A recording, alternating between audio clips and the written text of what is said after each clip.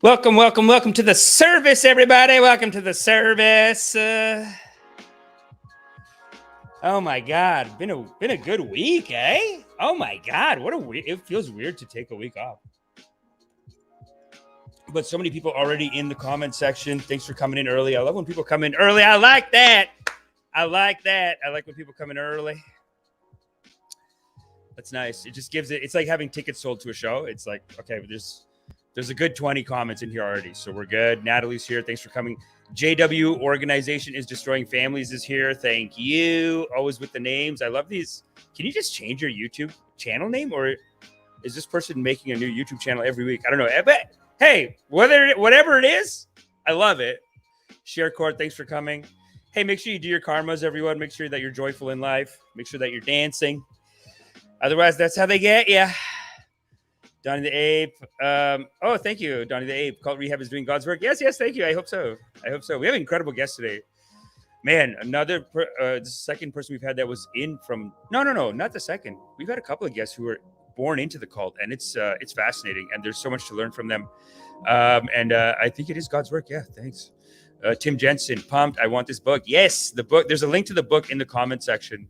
So download that. A lot of you have been doing your karmas in advance, but if you haven't done it, download it now. Read it. Donnie the Ape, thanks. ShareCore, thank you. Oh, ShareCore made us some fan art. I got to show you the fan art. Okay, wait a minute. Got a couple of quick SRAM announcements before we get our show started. Also, make sure you get funky with the music. Make sure you get funky with that music. Lisa Lamar says, hi, everyone.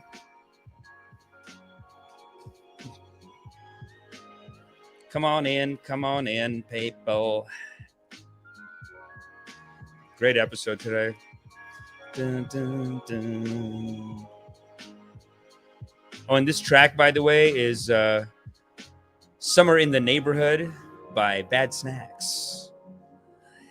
And you're listening to Cult Rehab on the Drip, live on YouTube Sundays. Don't drink the Kool-Aid. Don't drink the Kool-Aid, people. But thanks for coming. Appreciate you. Appreciate you for coming. I'm going to show you some quick fan art real quick. From one of our Cult Rehab, a member of our congregation, our most beautiful congregation. Look at that. Look at that. That's me. That's your Babaji. That's me. The third eye, you can't see the third eye, but you know what? Cher sees it. So thank you, Cher. Appreciate that. That's beautiful. Thank you. That's nice. Making artwork for us. That is you are loved, Cher. You are loved. And this work is appreciated. Yeah, lots to talk about today. We have a very special guest, Vennie Kocsis, here today. She's in The Move.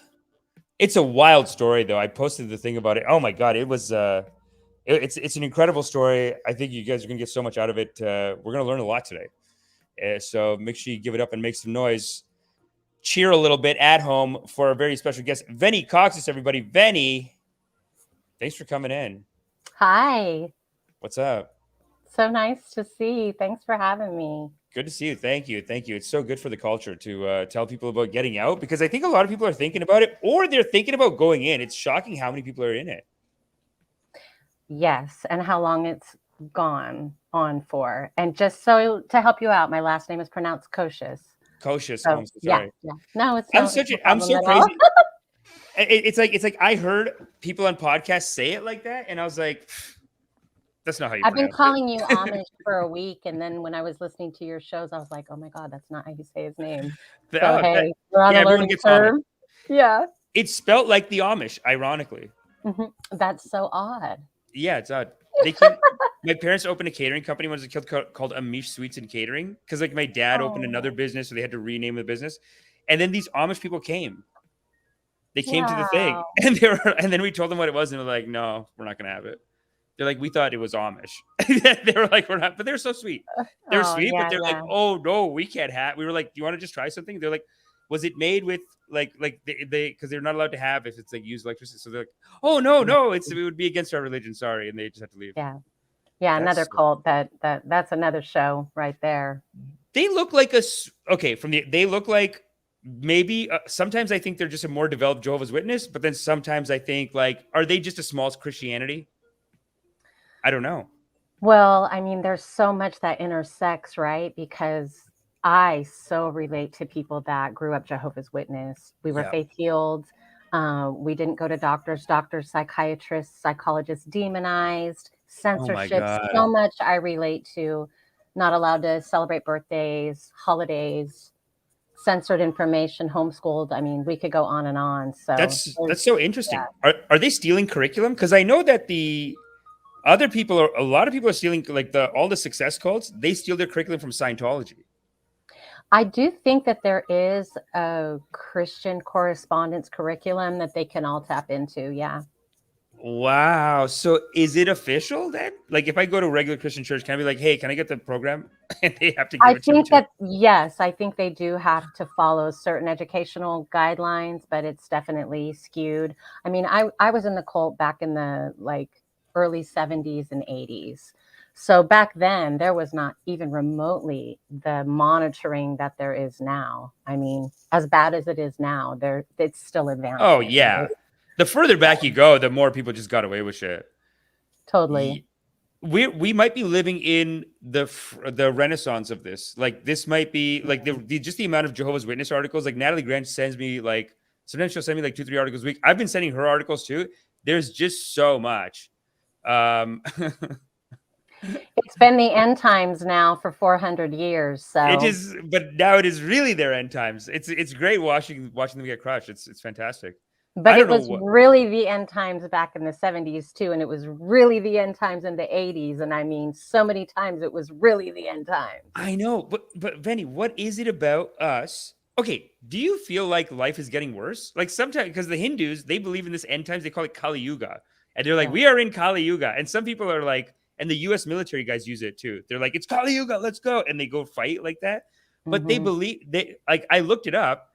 And apparently we've been in Kali Yuga for 400,000 years. Like it's like 450,000 years. But people use it as like, no, it's now. It's like, it's coming right now. It's like the next 10 years is Kali Yuga or something like that. You know what I mean? Right. Yeah. But it does feel like, do you feel like things are getting worse or do I just watch too much news?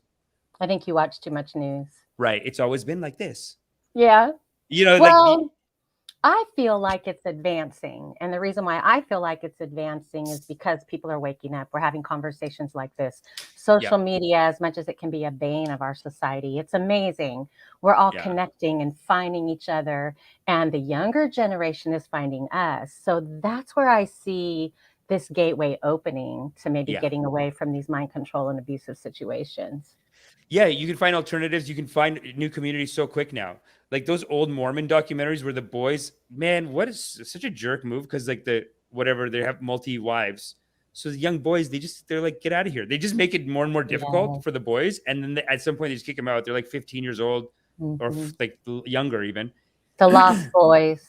The Lost Boys. Yeah, they're out on their own. But now I guess it's easier than ever for them to like find other Lost Boys, get together and, you know, like start their own group kind of thing, you know? Same with the Jehovah's Witnesses, being able to find people like Natalie, like find your people outside of your people, because the shunning is terrible. Yeah. I couldn't believe it. Like when the first episode Natalie did was the big Twitter hashtag was like stop shunning or shunning is abuse. Yeah. I had no idea. It's a pretty big hashtag. Yeah. Even Chris was on. Absolutely abuse. Yeah. Even this comic I do stand up with, but he was in Jehovah's Witnesses. He did an early episode too. Chris Robinson. He's like 30. He's maybe 30 something. Got a wife and a kid. And I just thought like, you know, you just see a guy like he's a cool dude and whatever. But he was on the show and he was saying like, he's like, yeah, I miss my family. They won't talk to me. He's out and the family still doesn't talk to him. The dad when at 20, heartbreaking. Yeah. That is just that just is gut wrenching, really. And that is what keeps them in, right? It's the scary outside world versus this unhappiness, but I'm with my family. It's a horrible juxtaposition to put somebody in their psyche. Yeah. So tell me the name of the cult again. Okay, so it's called Sam Five's Move of God. Of course, they have a lot of The different names. Move. They called it the move, the walk, the body. You know how they give it little different. But he founded it in the 1960s. He was a Yeah, you gotta have good ex-Navy marketing. guy. Yeah, he started out as a street preacher in the 60s using the end times evangelical message down in Miami. And then it just grew and grew and grew from there. And by, Classic, the old end times grift. oh, yeah, I mean, fear is the Yeah. number one way to get into someone's head. It is Kali Yuga. It is Kali Yuga. Yeah, That's what the yeah. Hindu culture is. They're like, it's Mhm. Kali Yuga. You got to join now. Yeah, yeah, no, there's definitely that sense of urgency that they put with their message. Definitely Yeah, that was yeah. done to my even though my mother was recruited. So I was actually 3 when I went in. Just to give you a little backstory, my dad retired from the Navy. He got hired to work with the Grumman crew on the F-14. So we end up in California where cults are rife. And the lady that actually recruited my mother was my father's naval friend, his wife. So it was a Wow. very intertwined group. Yeah. And they worked on her from before I was even born in that subtle way. Come to our Bible study. You know, we have lots of kids and free food and they can play. And then it's come to church. And then it's, well, your husband, he's working on a warplane. So, you know, the end times are nigh. And then it's, you need to give him an ultimatum. And that's what ultimately led to her divorcing my dad and taking us off into a wilderness compound. Wow. Wilderness compound, eh? Yes. That's pretty badass. Yeah. Uh, Yeah. So then tell us what's the curriculum like? Because I always want to know what's the brainwash teachings. Even with Scientology, everyone says they're actually good. That's the crazy thing. Like they actually teach you this incredible work ethic. Um, what were y'all being taught? Like end times are coming. What was it? Definitely King James Version Bible, evangelical religion. The end times are coming. It was post Cold War, so fear was already high. Protect you from the Russians. They're coming to invade America and eventually take over our country. We're supposed to fight. We're chosen ones to fight in God's army. So there's the love bombing part of it. And Wow. that it was time to go to the wilderness. They use that verse a lot about where God instructs in the Bible to build your army 10,000 times 10,000. So that was definitely preached that, you know, we need to start all these farms. And by 1975, they had about 43,000 followers, Wow. probably 7. 43,000. Mm-hmm. And That's they good had numbers. compounds in South America, Ireland. They still have a compound in Australia. They still have a compound in Venezuela. They have 2 compounds in Alaska, 1 in Georgia. So yeah, it's been almost 70 years and they're still around. And so I heard on a podcast on your YouTube channel, like your sister. So there was a guy, and like trigger warning for anyone listening. This is gonna get dark here, but like, and I'm assuming it's okay to talk. Like, just tell me if it's not, if you don't want to talk about this, because I heard it on the podcast on your channel, so I figured I thought it was interesting, and I figured we could get into it. But like, can you tell us about what happened with your sister Well, that's and kind like of your like the siblings? end of the story, but just Oh, do you like, want to put that later and go like, yeah, because okay, okay, that's really as horrible as it was. right. That's what got us out, right? Yeah, yeah, okay. But that's the culture. A lot of molestation, pedophiles were welcomed because they believed in demons. So Oh my God. anything that you could quickly be pulled into an exorcism. That was their main way of punishing. It's a very horrific theology that Sam Five had. He believed that children were born as beasts, and that starting at age 3 months old, that beast nature needed to be literally beaten out of them. So Wow. this is the trauma that is surrounding us right from the beginning, right from the moment that we arrived at the compound. So the first compound, I was separated from my mother. Yeah. Um, it's all these layers of mind convolution. My mother was overweight, so she had a demon of gluttony. So she needed to go and be with the other overweight women, and they put them on literally a starvation system where they gave them about a cup of food 3 times a day. Meanwhile, they're working. They kept us in sleep deprivation. We were awakened 3-4 times a night to pray. So all of that is mind control, right? Breaking you down immediately with mind control. So that was my first 4 years, was at Ware, Massachusetts. And basically it's just one long blur of abuse, molestation, working in the fields, and more of the same. And then around 1979, the state of Alaska announced that they were going to be paying their residents $1,000 a month in residuals for the Alaska pipeline gas. And that is when a lot of the males that started the cult, so one of them will get into Doug McClain, who's now a part of that show, The Pulse, right? Connected with the CIA, went to Alaska and began buying up thousands of acres of land and opened 5 compounds and moved everybody up there to give us a year of residency so that when the time came, everybody could, they could get all that money. And they did. They lined them up to sign the papers for the Alaska dividend, the PDF, and they lined them up to sign the checks. Oh my God. This guy's clearly such a remember fixer. that. Yeah, that's good business strategy. You get the government funds. I mean, they're already not paying tax. They're considered a spiritual organization. And then they do that cheap land out there, free labor. Wow. And this is child trafficking. Right. And this is human trafficking taking place within our borders. It goes against every human rights law. And, there's so many stories that I write about in my book where there were these chances for the state to do something. In Alaska, we didn't have any running water. I grew up without electricity. It was truly living like pilgrim times. We did harsh, hard labor. And the punishments were more on the torture side than punishment side. Yeah, very horrific. And they use sex and stuff like that as part of that. Purity culture. And if you did get molested and you got caught, didn't matter what age you were, it was your fault, especially if you were a girl. So there was also that misogynistic, patriarchal system going on. You walked out a year. So if you came to an older age, a teenager, and you decided I want to marry Amish, then you and I would go to the elders, tell them that we feel that God has brought us together, and then they would assign an elder to us. And for 1 year, every week, we would schedule appointments to get to spend time together with the elder they're chaperoning. We couldn't touch, nothing, not be alone. Okay, so proper arranged marriage type of system. Mm-hmm.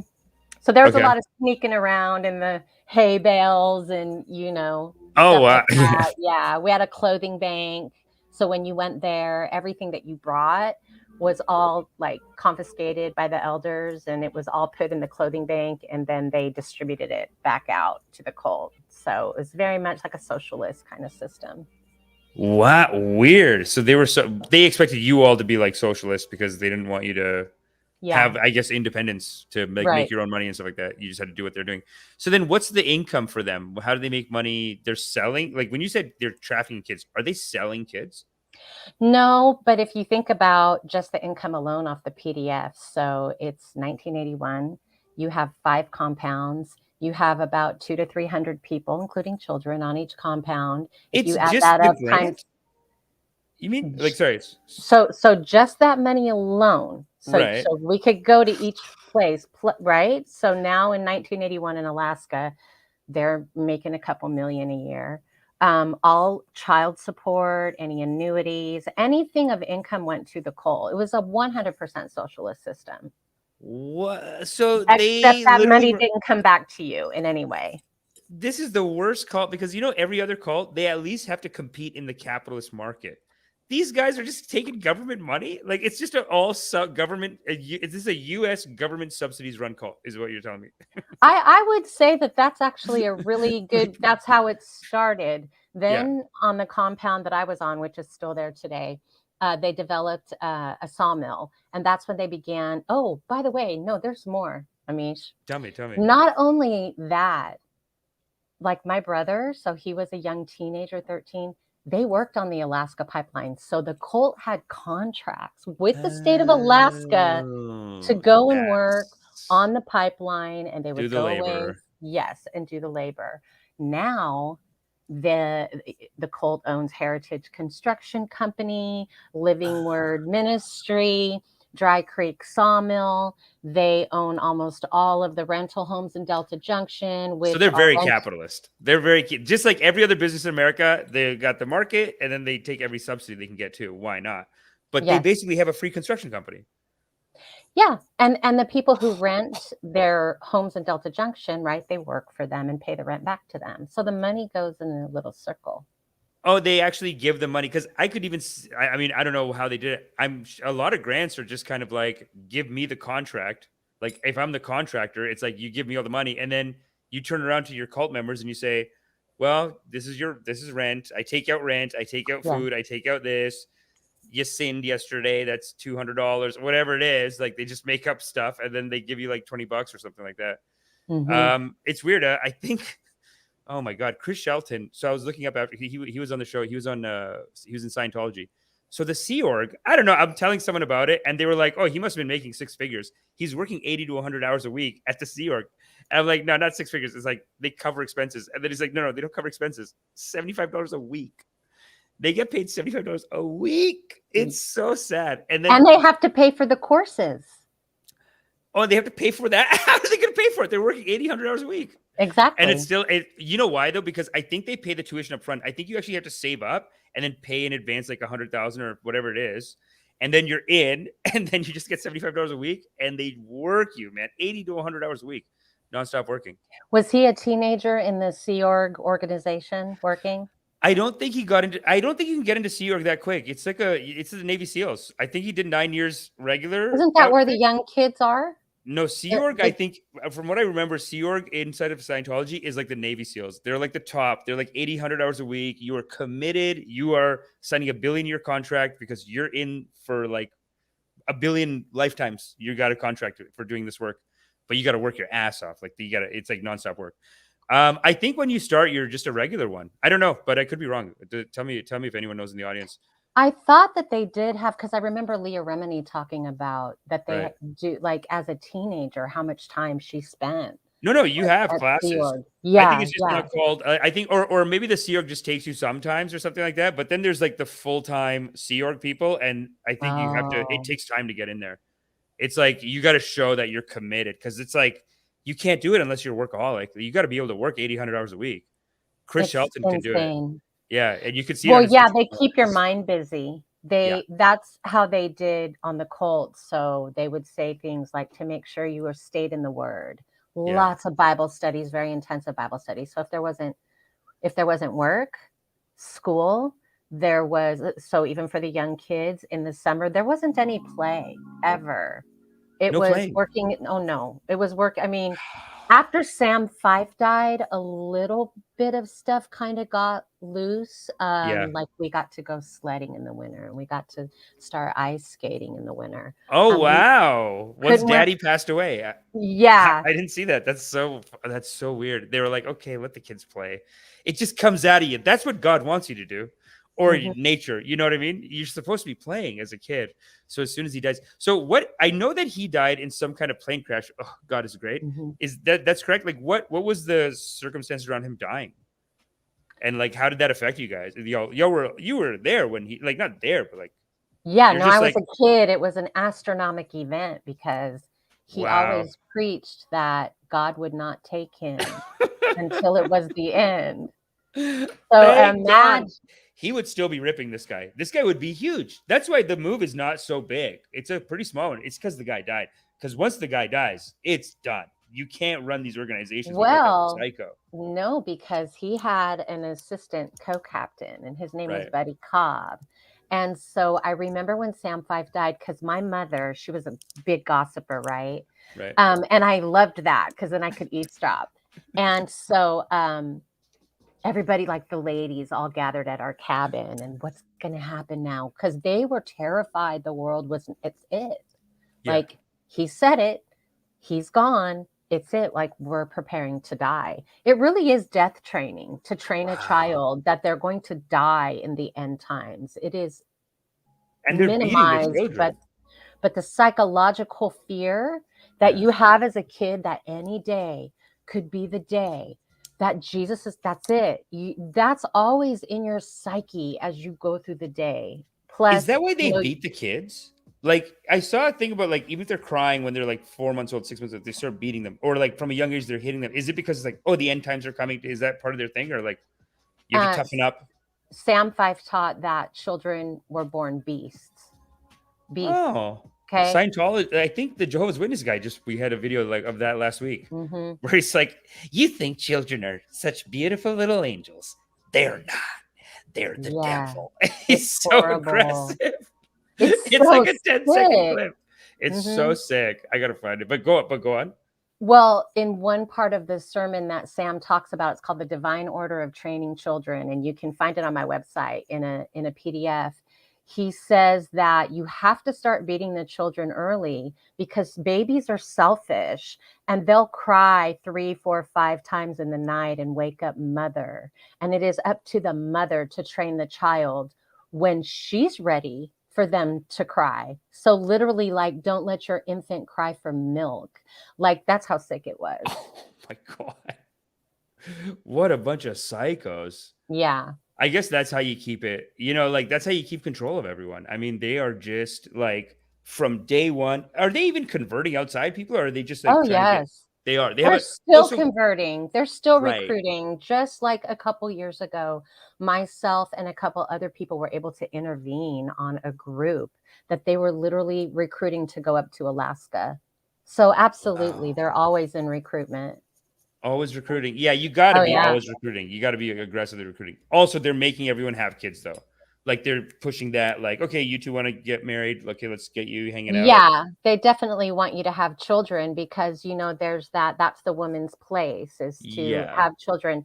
But when Sam died, there was this great kind of unrest and confusion and fear that rose in the compounds. And that's probably terrifying. Within a week, Buddy Cobb and the Father Ministry were flying compound to compound because they owned a fleet of private planes. This is not a broke organization by any means. Whoa, so Buddy Cobb, he just came, he said, let me take them. He did. You need a leader. Right in. He became the new leader. They morphed the message, he had a vision from God, and, Brother Sam came to him, and, and that was it. Everybody was back under mind control, and the move went on. That's it. It just, it's weird. I guess they do live on. It's true. They do live on, actually. I mean, what am I saying? That once the guy dies, the thing kind of teeters off. Really, so far, it was just the LifeSpring guy that we've seen that looks like he's really falling apart. Like, he's not doing well. But everyone else, like Scientology's. But Scientology now, I think we were talking about earlier about, because it's a social media age, I think they are. It's their Kali Yuga. It's their end times because too much social media. Everyone has this knowledge. Like, you just can't keep doing this. A big part of it is keeping it secret, right? I think the biggest part of it is keeping people in blind faith. If you can keep people in blind faith, that you absolutely have the number one word, be it from God or Xenu or whoever the F you believe it's coming from. Even like, I wanted to say something about Buddy Cobb, and you can find this also. I have a page on my website where you can find all kinds of resources, but his granddaughter, just back in 2016, literally filmed him and said, what about all of the abuse? What about all of the molestation? And he literally says, nothing happens in this life that is not God's will. Wow. That's it. There's your answer. Get over it. Like, that's how they treat you. Yeah, everything is God's. It's a classic move. Anything bad happens, you say God. They do that in India too. They have a line. They would say, "Oh, God make it," and they're like, "It's like, you just scammed me, dude." It's dismissive. What can I do? God make it. Yeah, they're like, God, it's part of God's plan. If it happened, God let it happen. So it happened, Mhm. and that's it. Yeah, no, they are Natalie Grant saying they're evil. Yeah, it's pretty evil. I mean, this guy just moved in like that. That's fascinating because I guess Well, he was already smart, established because, see, right? Sam Fife, he had what was called a fivefold ministry. And this comes from the Bible, that God has appointed an apostle, and that around them are like, or God has appointed a prophet, and around them is like apostles, teachers, right? So there was Sam, and then, his anointed, which was Buddy Cobb. So naturally, Buddy was next in line. It was almost like he was already being groomed for Right, that right. position to take it over. Okay, yeah, they have to have friends and they have to have other people to take over for the ministry. Yeah, Mhm. it is like comics or whatever, or like artists. Like everyone works with each other. Like you go to another town and you work with that guy. Someone has a crowd over there, so you do your service in front of them. They come to your town, they do your church service. Like you're always like doing each other's stuff, and then yeah, in the end, Yeah. you can just kind of be like, listen, God wants me to have this congregation, and you can just go and take it. That's wild. Oh, here's the petition. This is I don't know if everyone can everyone see this? Yeah, this is also linked in the comment section below. This is all the links to where we can find your stuff. It's incredible Thank work. you. I mean, yeah, the book looks great. The YouTube video that I heard was absolutely incredible. Like, I mean, there's so many great stories like this. It's crazy. So they're still active and trying to recruit Yeah. people. I Oh, yeah. also like to know about like what's the recruitment brainwashing system. That's one of the common things I always like to know because it's like we got It's to watch out for it. You know what I mean? Yes, and really, if this is any religious organization, I definitely would watch out for this. We're having Bible study at our home. This is so common. I mean, I remember being at the Ethnic Fest this year, and there was these young people evangelizing for the same thing. We're holding a Bible study at our home. They definitely look for people that are alone, Yeah. that maybe they're single mothers, single parents are big targets, because often, those people are looking for support and camaraderie. So it starts that way. It's not like, come join our cult. It's always just like domestic violence is a slow turn. You're love bombed in the beginning. You're the best. You're the Yeah. best person. You're God's chosen one. You're the chosen one. You're the best person I've ever met. It's all the same language. People And need then love. suddenly you're like, they're beating me, right? Yeah. It's Yeah. that slow. And by the time your Wow. mind goes, they're beating me, it's too late. You're You're too deep stuck. in. It is Yeah. like an abusive relationship, actually. Yeah, it's It true. really is. Because it's coming in with the love, and then from oh my god, that's terrifying. I just think about all like I just know so many girls that like love to date a psycho, and I'm like, it's good. It gets dangerous. It's like, what are you gonna do? Like, you gotta, Yeah. That But bad boy. I want a bad boy. I want a bad boy yeah, this one mentality. bad Yeah. boy. It's like this guy's like messed up or whatever. But yeah, no, that sucks. It sucks that there's it's like a advantage taking opportunity that exists in so many of us.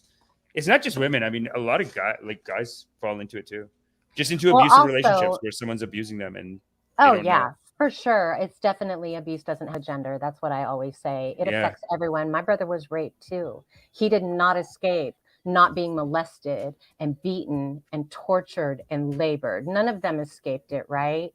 But that is the methodology, is that it's so layered. sorry. That's okay. It's so layered. It's layers upon layers that your psyche becomes tired. So you can no longer think for yourself. It's almost like there was a sigh of relief when Buddy Cobb swoops in 1979. That's when Sam died. And there's all this rumbling.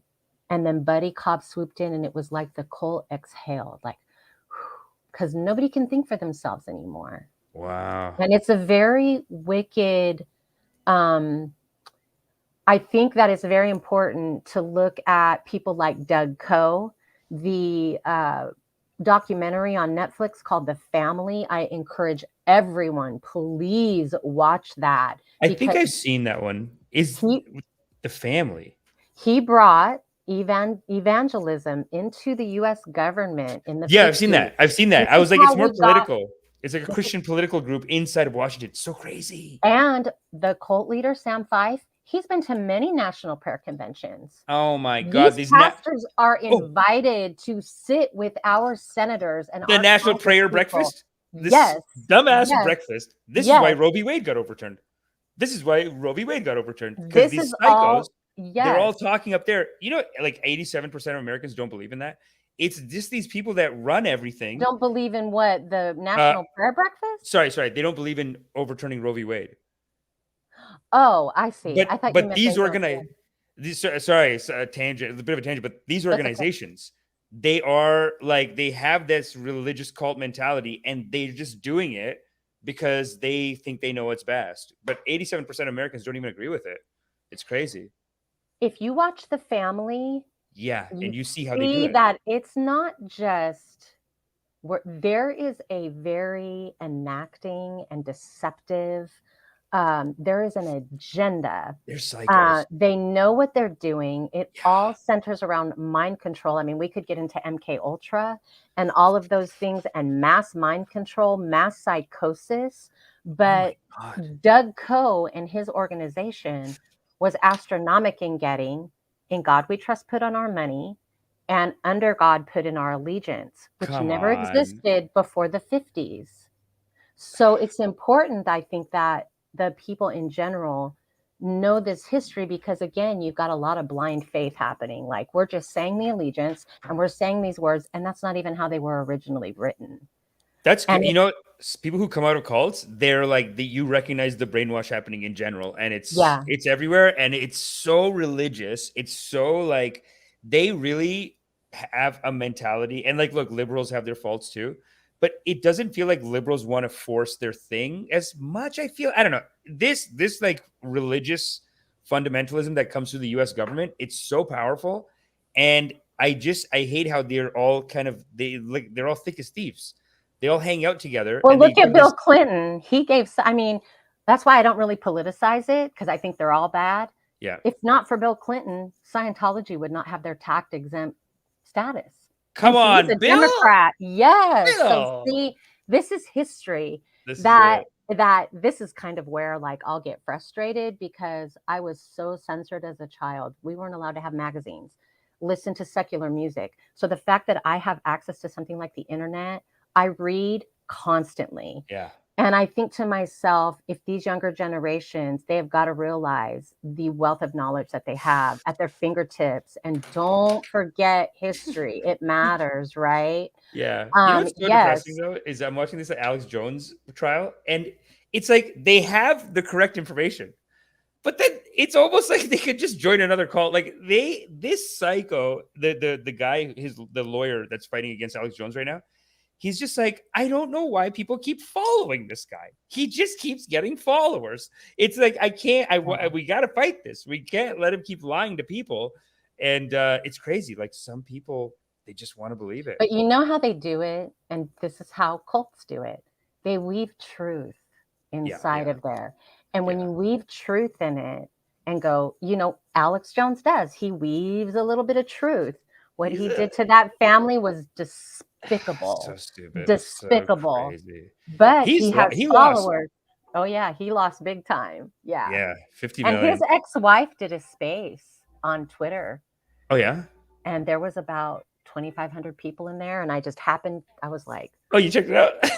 Wow. And it was pretty I'm trying to think of her name, but I know he took her child from her. Like, he took custody of the children, and she's hoping this case will help her get custody back. But okay, he uses coins of truth. Yeah, he does have a little bit of truth. Get people to go, oh, you know, he gets crazy sometimes, but oh yeah, Joe Rogan is like, come on, man. You know, he brought out some good ones. Joe Rogan is so embarrassed right now. He won't say anything about it. It's so funny, the trial. It's like, they have his TV show on in the trial. So like, he's in court, the lawyer against him. I got to show it to you. It's so funny. Yeah, I've been watching a little bit, but then he says shit like, oh, you mean like Epstein and the Clintons? That's truth. You see how he drops these little nuggets of truth? Like, that's the thing. Clinton's That's on the my flight favorite. logs. Like, it's real shit, you know? He's so funny. He just drops it in. Mm-hmm. So this is so wild. This is just a clip of him while he's in court, and then they have this guy, like, he's in court. He could lose a lot of money, and then he has his show on TV like the day before, and this is what they're saying on the show. So that's why the judge is rigging a court proceeding to make sure that the script, this is literally a script gets told in a certain way for future audiences. He goes, the judge is making the whole thing up. Like, you're in a trial and you have a judge and a jury, and on his TV show, he just makes fun. They just say that the judge, they're accusing the judge as being part of like some pedophile, like helping out pedophiles and shit like that. Mm-hmm. While he's on trial. It's so funny. I mean, it's so sad what he did to the families, and he has to pay. That's great. But the level of delusion is wild here. It's amazing to me that they can pull all this off and still be so crazy. So he's already been on his show talking about the trial, even after the verdict. So he's just throughout the trial. This is literally the day before they get this clip. And by the way, at the top, it says Instahard. This is all his website and his products. So he's like, it's a different kind of cult, but like it really is like he has his own money-making system. One is he just sells these pills. He's got this G-Force, like whatever protein powder or some other bullshit on the side. Yeah, all kinds of nonsense. And then he's got this. The judge is making up the script. It's so crazy. It's like she's not gonna help you. But you know what? That reminds me of a story. Let me tell you a story about the cult leader. Okay, so like I said, exorcism was major thing was exorcism. Yeah. So before Sam Fife died, they made a rule that we all like mandatory breakfast for this week. And it was because they had sent this tape that they were going to make us listen to. So it was a tape called the Jane tapes. Here's the story. Now, mind you, a psychiatrist were the devil. Doctors were the devil. Only prayer could heal you. And just for the record, children died. People died of faith healing. Okay, this was a thing. Like, they died. And so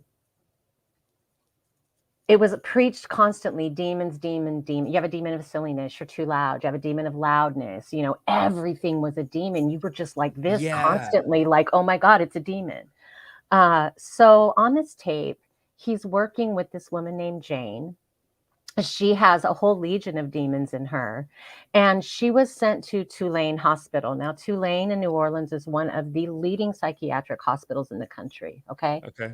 Now, on the tape, he talks about how Tulane called him because they just could not find a treatment that would work for Jane. So he brings Jane to his church, and him and his elders proceed to do this like 6-hour, you can listen to the whole thing, this multi-hour long exorcism on her. You know, what's your name? Oh, they're reading verses and you know, speaking in tongues. What's your name, devil, right? And she's like doing the whole script as if she has a demon, like, I'm not afraid of you, Brother Sam. Okay? But when I'm listening to it as a kid, I'm like fascinated. So I was a very bright child. Like I could see, we weren't allowed freedom of expression. Then at the end of it, we're all waiting. I remember you saw it. We're listening. Oh, you're listening. They sent a tape to all the compounds are listening to this tape in tandem together. The Jane tapes. The Jane tapes. Oh my God, that's. And so all I'm thinking about is I've got to hear, what does a legion of demons sound like, right? Because I'm probably like, I don't know, 9, 10 or 11, somewhere around there. And then at the end, she coughs. And he goes, Sister Jane. And she goes, Brother Sam. And they all start rejoicing. Hallelujah, praise the Lord. Like the demons are gone. And I remember thinking, like, where were the demons? But here's the kicker to that story. I later found on the internet an unauthorized biography of Jane Miller, and the foreword is written by this doctor at Tulane who clearly says, the doctors at Tulane thought I was an intern, but I was actually an undercover clergyman there to get them to adopt Sam Fife's treatment of exorcism for people with schizophrenia and mental illness. So do you see how deep that ploy went? Is he sent in a clergyman into Tulane Hospital? It's like a double cross on a double cross. It's like you're doing a scam, and then that whole thing's a scam run by him, and then he, like, it's just so wild. So it's a double layer. He sent his, of course, this is classic. This is like Nityananda is classic. These crazy stories. It's all manipulation games. It's so like counter intel evangelism, yeah, evangelicalism. Do you know what I mean? Like counterintelligence, kind of. Yeah, it's counterintelligence inside the organization. But it also it's counterintelligence, but it's also like you're teaching a new system like this. Like you are brainwashing a bunch of senior men to be like, do you remember when Jane came and we gave her the thing? Like, what a memory, what an experience. It's like, Absolutely. It's so much. For the rest of their lives, these idiots, if anyone ever asks them, they're like, I saw the devil. It was Jane. It was in Jane. I saw the devil. And it's like visceral. He healed a whole legion out of Sister Jane. No one can tell me different. I saw who she was before. I saw who she was after, which, by the way, afterwards, she became an elder in the cult. Yeah. You see?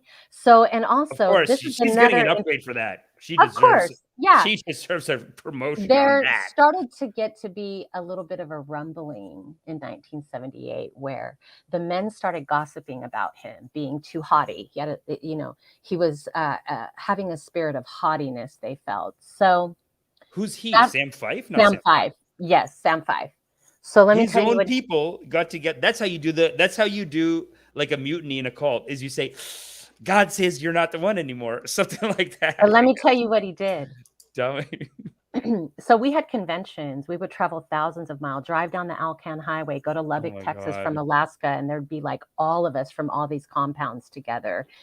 These sermons would last for 8-10 hours. I remember my mother would put mints in her purse because we didn't break to eat. And us little kids had to just sit there, right, to give us sugar during the day. So he stood up at a convention and he confessed that he had unfaithful thoughts towards another woman. And that, right, because right, like he was feeling unclean thoughts towards another woman other than his wife. Right. And that he really felt that God wanted him to humble himself before his congregation and confess to them his sins, that he would be looking to the Father ministry for help and support. You see what he did? He flipped it on him. I'm not haughty, right? God is punishing me and I need you to help me. And they were all back under his spell. Classic move. Oh, there he is. He's not haughty. He's a very humble man. See, he's a sinner too. God gave him such a powerful test. We all would have folded.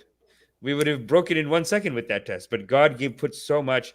I mean, there's already stories. I mean, look at what they did to Job. If you look at those Bible stories, like what God and the devil just get together and they're like, oh, you think Job loves you? Like one bad day and he'll love me. Watch and then this. God starts punishing him or whatever. It's like he could come in. You can always spin a story. It almost sounds like the first story, like the Jane tapes. This could be his way of like, because a lot of cult leaders and a lot of kings have to do this. They get bored of their wives. They want to have sex with someone, whatever. You gotta do a little play. You gotta do a little song and dance for the society. You can't just go out. You gotta make a little like, no, God's talking to me and God's saying that whatever. So it's almost like, did he sleep around a lot in that time? No, his reason for doing that was to say, see, I'm a sinner just like you. I'm no different than you. I have unclean thoughts too. Wow. I'm not, and so because of that, I'm going to humble myself because they were accusing him of being haughty. So he took that. It's a gaslighting tactic, right? I'm human like you. I know I deserve whatever comes to me, right? And then hours of the Father ministry, laying hands on him and praying. And now he's not only the center of attention, but he's put himself into their level, like come down from being the leader to I'm a human just like you. I'm a man just like you. I have unclean thoughts too. I deserve to be prayed over just like you. Wow. And then the gossip stopped. He just got to do his own little Jane tapes. Like Jane tape had hers, and then I was like, now do the exorcism on me. He's just like such a kinky old fuck. Like he just wanted to like do some weird. So they all put their hands on him. When you say hands on him, they're not hitting him. No, we had a couple, lots of rituals that we did. Yeah. One part of the philosophy was that in the end times, that the Jews were God's chosen people. And this is very fascinating, and you should look into this. Wow. Evangelicals believe that some of them, that the Jews are God's chosen people, and in the end, there will be a great war in a valley in Israel. Yeah. And during that time, Jesus will come down, and the Jews will all take a knee and finally say, Jesus is God. The Jews do not believe that, but they have a multi-billion-dollar industry where Christians flock to Israel. Yeah. So that they can go on all these tours. I just find it hilarious. It's so funny. Israel is taking all of this money off a belief system. Like, here's the valley where the great battle's going to happen. But they don't even believe that shit. They don't believe it. And the first thing Jesus is going to do, actually, well, you're saying the nice version, which is that the Jew will fall to their knee and say, Jesus was God. But actually, that's only if they are lucky. Most of them are just going to die. Like God's going to murder them first. All of them, there's a hole into hell. It's going to fall. They're going to fall. Like Israel, they're taking it, and then it's just going to fall, collapse in, and it's a direct hole to hell. Israel is a hole to hell, apparently, for all these Jews who didn't convert on time. But a bunch of them can just be like, oh, yeah, I believe it. Oh, I guess it was right. Like at that point, you think he'd let them all. They'd all just be like, okay, you win. Like, I mean, if he just pops in, you're like, okay, you got it. But no, they're all going to die. We did a lot of rituals. Like we did a lot of Jewish dances. One big song was called Jehovah Jireh, which was a James song.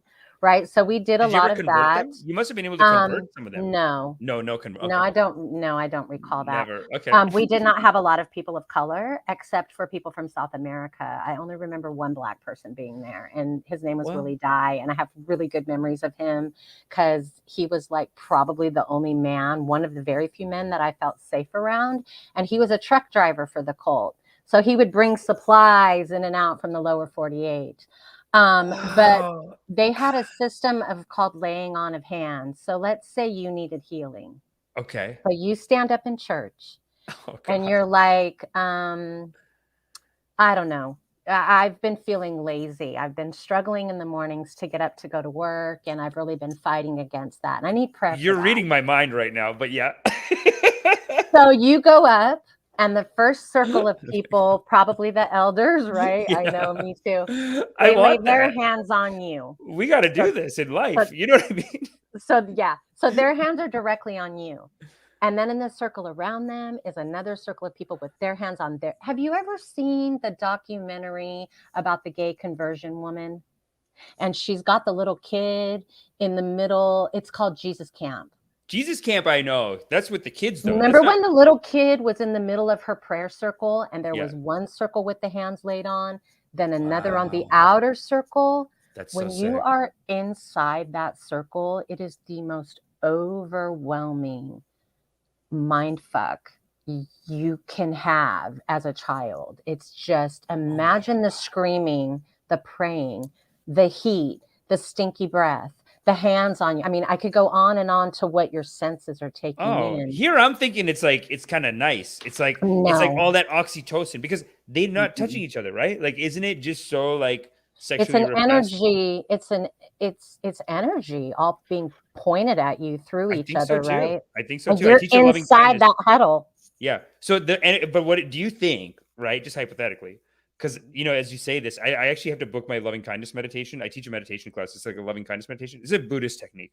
Cool. But it sounds great. It's like you're touching it because a lot of them teach this like Reiki, even like people who do like tarot cards or crystal healing, they'll do it where they have like stuff. They actually Reiki don't touch you. They're above you a little bit. They just kind of feel the energy. I've But had a Reiki massage before. yeah, but there is something to be said about like touching gives you oxytocin. You know what I mean? That's it. Yeah. But I guess in this negative environment, it's terrifying. It's terrifying. In a loving there you go to environment, intent. Yes. it could be like a nice love bombing. Like a group hug is great, right? You're with your Yes. friends and you're like group hug and you all Group love hug. and support each other. There's no that's shit healthy. intent in it. Yeah. When you're in the middle of something like that, you're the bad person. Oh my God. That needs healing. So you're Oh the my bad God. person. You're in the center of that. There's a lot of speaking in tongues very loudly, a lot of screaming, a lot of different vocal tones being thrown at you. Yeah, they're making faces. Probably. They're like, you're just, you know, as a kid. hands on each other, praying to the ceiling, praying to God. Terrifying. We also did feet washing. So that was another ritual we did. And you knew it was feet washing night when you came into the tabernacle, which is what they called the building where we held church. Yeah.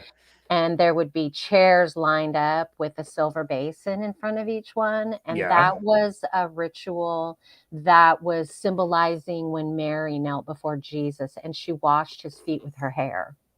I've always wanted to do go hang out with a friend and maybe even shoot a podcast while getting my feet done, like while getting a manicure? Yeah. Well, on this one, here's what we did. And me and my friend Lauren, we used to when we saw the bowls, we would start plotting because the goal was to get with each other or you had to touch someone else's feet.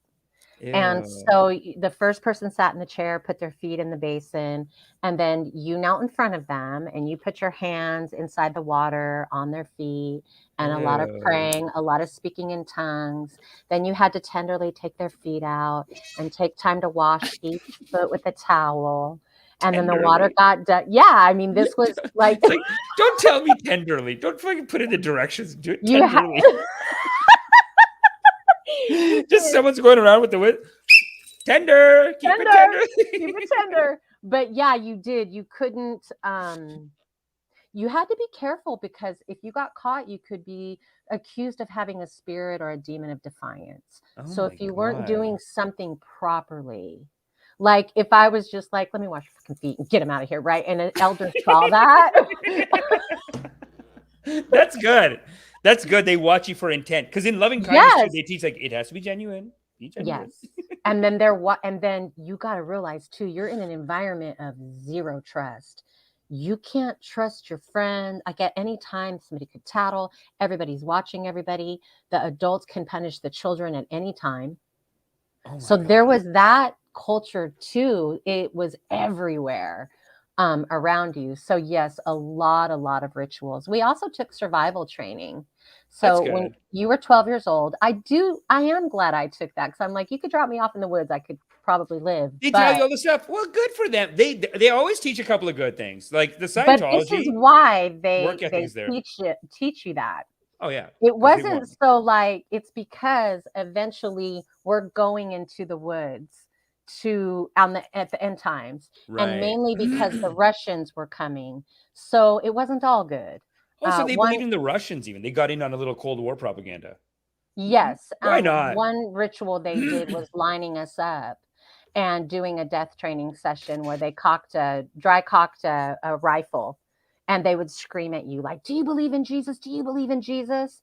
And of course, you're going to say yes. And then they pull the trigger because that's what they said. The Russians are coming. The communists are coming, not just from Russia, but in your own country. They're going to kill you for believing in God.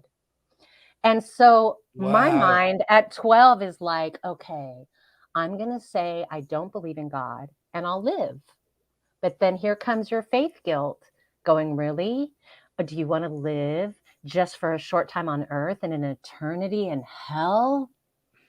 Or do you want to die now and have an eternity in heaven? So it's just a constant, your mind is continuously in abuse mode. Yeah, that is wild. So far it seems like this has had this cult has had the most they've added the coolest little like rituals or whatever. Like nobody's done these good like rituals like this. Everyone else is doing very corporate, boring stuff. They do this like healing, which is actually terrible. You're saying actually, it's just too bad because they're doing it bad. Because really, the oxytocin delivery is so good on that. I feel like, you know what I mean. Because the way that the cult leader did it when Sam Fife did it, he was like, "Put your hands on me, heal me." Like he wanted to do it, and then I guess it was nice for him. It was like sweet for him, but for other Well, it people, was all a game. yeah, It was all a show. It was never right. He lived in his own home, a very nice one in Miami. He didn't live on yeah. any of the compounds with us. Neither did Buddy Cobb. Buddy Cobb had a beautiful home in Georgia, right? They had their own planes. These Come guys did not on. live on the compounds with us. So the only No. reason why he did that was so that the people would stop gossiping about him and stop being dissentious, right? Yeah, yeah, And he could say, oh, like it's okay, Amish, like I get it, I'm broken too. And now we have this camaraderie going and you're no yeah. longer judging me. Yeah. And also, it's probably him saying like, if he's gonna get in trouble for a couple of things, he could just kind of wipe that all clean. And so if anyone says, "Oh, you cheated on your wife," it's like, that was before the healing. I did the healing. I'm good. Like it's just Yes. like I got a clean slate after the healing. Okay, you can't bring any of that up. That's crazy. There And it was was just also cover up too, because I have a friend, I'm a friends with a lot of other children that survived this cult. She was being raped by her father, who was an elder. oh my At a God. convention, she finally gets one of the father ministry, his name was Tom Rowe. She gets him into the back room and says, Brother Rowe, I really need to talk to you. My dad is touching me. He hits me. We didn't have the language to be able to express what was happening to us. Mhm. So he says to her, that's not good. You wait right here. And he comes back with her parents Oh my and they accuse God. her of lying and she gets punished for going and creating such a farce. Now she's going and being put through exorcisms to get rid of her demons of lying. There was no safe place for anyone, especially a child. And so, did these exorcisms ever get like? Were they ever sexual or like any? Or was it They were just? brutal. So the first time I was put into an exorcism, I was 5 and I had a near-death experience. And I write about this in my book. I had several near-death experiences as a child, and I wasn't the only one. They beat us about the head. They tied our wrists and feet to the chair. They were brutal. It was straight terror. Oh my You God. were being smacked until your head rocked from side to side. Like I have head trauma because of how much I was beaten in the head as a child. And the next day, you better have your butt at work. The bruises and the pain do not matter. So that's why a lot of us kids that grew up in the early days in this cult have a lot of blank spaces because the trauma was too much. We just dissociated away from it and kind of became Wow. robotic as we tried to survive and literally live through what they were doing to us. I've heard that ADD. I mean, I don't know. Tell me how you feel about this theory, or if you've heard something like this. I've heard that ADD. I think actually Gabor Mate says this. It comes from childhood trauma of feeling neglected or feeling like hurt as a child. So your brain starts ignoring things. So like if your parents are fighting all the time, your brain just goes, "That I'm gonna play a game." Like you just like go like you're just like are looking in other places to not see that your parents are like hating each other and fighting and like breaking dishes or something because it's very traumatic. Like your brain just finds its way of looking at other things, and then that is basically ADD. So Well, the brain is amazing. And the mind and the brain are two different things, but they work in tandem together. So the mind has a very extraordinary way of being able to dissect itself and literally create little compartments when trauma is too much. And it wow, starts to shelve them in these different compartments. That's where you start to see people with dissociative disorders that have suffered horrific abuses, right? so how does a Where dissociative disorder work? I've heard it. I've heard the term, and I've kind of heard it described, but like I've never. I can't imagine it. Like what? So you dissociate from a situation if you hear not a word but like something similar to what happened as a child and then you dissociate. Well, I can only speak for myself because Mhm. I dealt with DID, and I actually integrated and healed it on my own. I didn't even know I was doing that. And I did not Wow. experience it in any way like I see people talking about it. That is not to discount their experiences. But for me, it more works like you are present and you are there in that current moment, but the mind allows you to kind of flip dimensions in your head so that Right. you don't have to remember it. And so as you go on in life, you start to take that into your life experiences. Maybe you had a really crap day at work, right? The normal Right. person goes and works out, does something to get that stress out. Someone who's used to dissociating will dissociate the whole day, even though they do their task. And you might ask them 3 days later, so what happened on Wednesday? I don't remember Just don't Wednesday. remember. Yes. And so the mind just slips into these different compartments. Even you might even see what appears to be like different moods, right? Yeah. Um, but a big component of it is a little bit of lack of memory, which is like a traumatic amnesia kind of. So the memory disappears. You just kind of black out for certain periods of Yeah. time. So are there certain parts of your childhood that you're like, I don't like these 2 months, they're gone. From the age of 4 to 7 or 3 to 7, I'm sorry, that first 4 years at Ware, I have probably a total of about 8 to 10 memories of that, of all of that whole period of Wow. time. And I have done a lot of work. I've never been hypnotized. I don't personally believe in like regression therapies and things like that. I'm very wary of anything that's going to cause influence to my brain. Right. But going in trauma counseling, there's that understanding that it's a traumatic amnesia, and more than likely, there's just more of this. You're remembering the most horrific, Yeah. and so there's just more of that horror. Isn't trauma counseling that though? Sorry to cut you off there, but like what's the difference on those? Is trauma counseling not kind of reliving it or retelling the story and then going through it a bit? Is it like those regression therapies? When you say regression therapy, are you talking about like when a hypnotist is like, let's go Yeah, back there and see what yeah, happened? So yeah. the trauma therapy is not like that at all. Some trauma therapists do regression therapy. Oh, I okay. just personally didn't You do don't it like for it. myself. Well, yeah, I'm really into like organically remembering things. So I'm actually really into meditation and going into myself. I Same. know that trauma is in my Same. DNA, so I don't need anybody else to get it for me. I can go for it myself. Yeah. And I know that my body's going to gift me what it feels that I'm ready for. That's why I really encourage trauma survivors. The healthier you are, and the more you trust your body, the more memory you will get.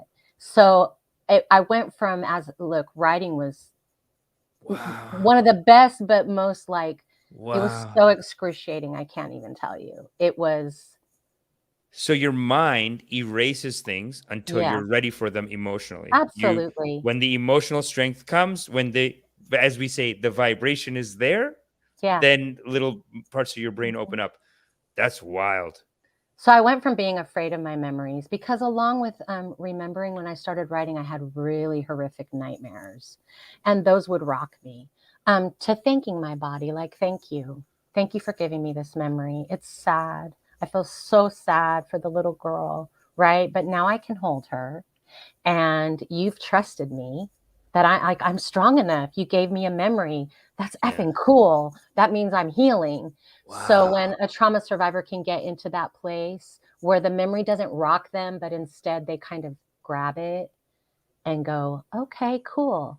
Like that scab is rubbing off, and like I'm Yeah. healing. With But that did that's the take, loving kindness practice. yeah, yeah. So I'm very into a very high self-care and self-love.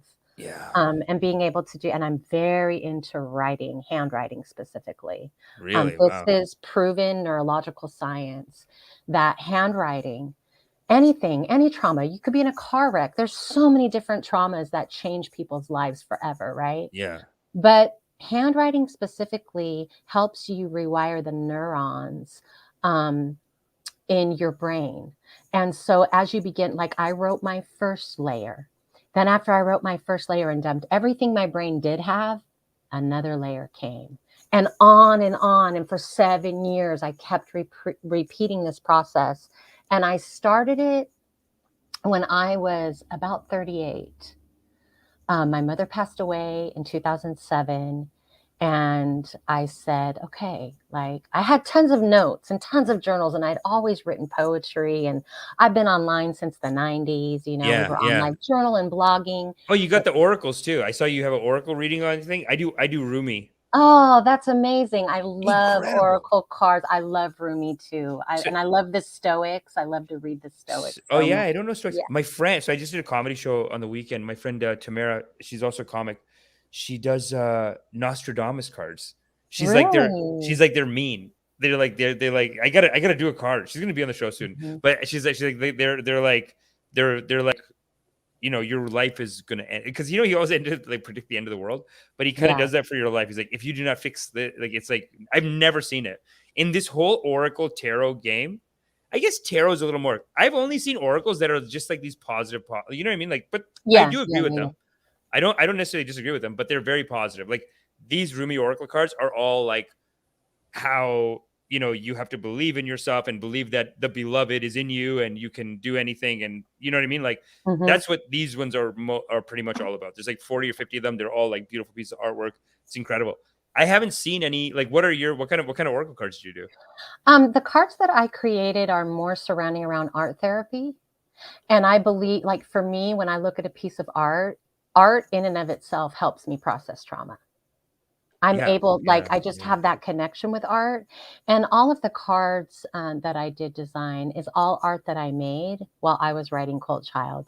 It was like art. Without art, I probably would have, I don't know, art saved me. Art and music. I play the guitar and sing a little bit as well. But Yeah.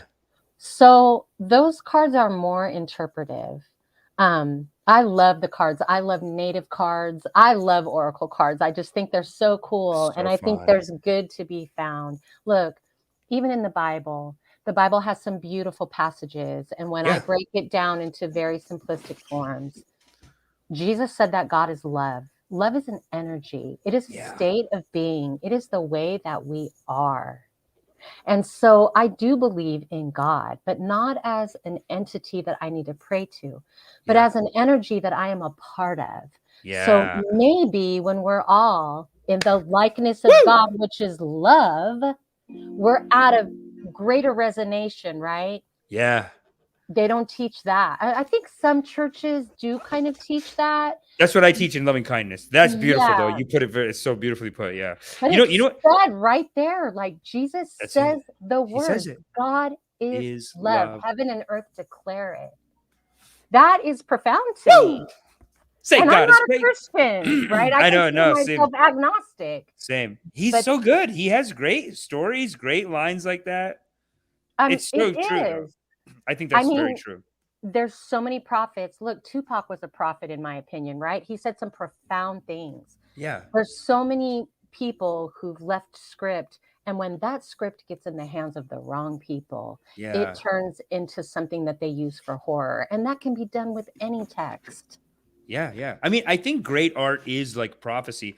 The Sufis basically say that the closest thing to God is the feeling you get when you hear a good piece of music, or when you Mm, like laugh out loud, or when you're just experiencing art. That's the closest thing to God. yeah. It's not a real, it's very ephemeral. It's like an energy.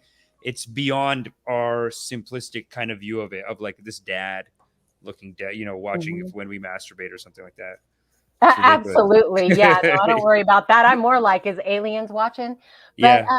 you know, if I love to go to the museum, to the Tacoma Art Museum, and we have Chihuly glass here. So the blown Yeah. glass, I can stay in there for hours. It's quiet. There's hardly anybody there. Go on a weekday and just stare at art. And it's a really good way to like be connected with my emotions and what Yeah. I'm feeling inside and how I'm interpreting the world. So that's what art is to me, and that's why I made those cards. Is just Oh, you to made your own oracle cards? yeah, I have What? You wrote yeah, your own oracle cards? well, they're not written yet. Oh. I'm kind of mulling that over You're our because second guest who has made their own oracle series. Was it who else Alicia? did? Who else? Someone else has their own oracle series that they've created and it's like ready to go. Who has their own oracle series? That's so tight. I got to start writing that. Amazing. I'm starting my first loving kindness, like live meditation show, but it's like ecstatic dance and like loving kindness meditation. We go into the heart. It's like a whole journey into the heart to like heal your inner child. But it ends with, it begins and ends with like dancing and like with laughter and comedy and stuff like that. But wait, what was I going to say? Damn. Oh, we're going to do it in an art gallery.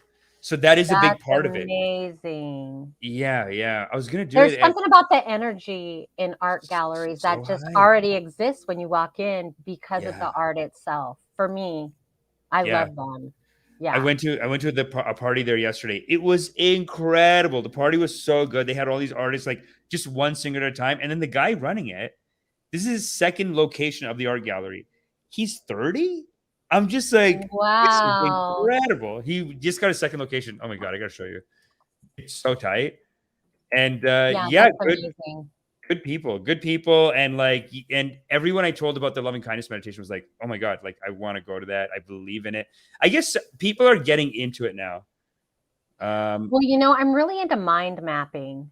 I don't know if you're into mind mapping, but I love the idea of like the brain is this node and then like the emotions are these offshoots of it. And so I love art therapy in that if I was working with a client with my cards, I would do the spread, which I already do now, is I do sometimes do private readings. Right. And then each card, we're going to discuss it. So it's a little bit different than oracle cards. It doesn't come with a book to tell you what the card is supposed to mean. I want to know from you, like, what does it mean to you? Because then whatever you say is going to help me connect with like how you're seeing the world, how you're seeing that, and maybe what is going on in your head and in your emotional state. So I love that process of art therapy a lot. Yeah, that's great. That's a part of what I want to do with my client. Like some of it is like this regimented, like just doing like karate, like, but like, they're like, may you be happy. Ha, may you be joyful. Ha, and just getting them all doing it and feeling that, like shooting that energy out.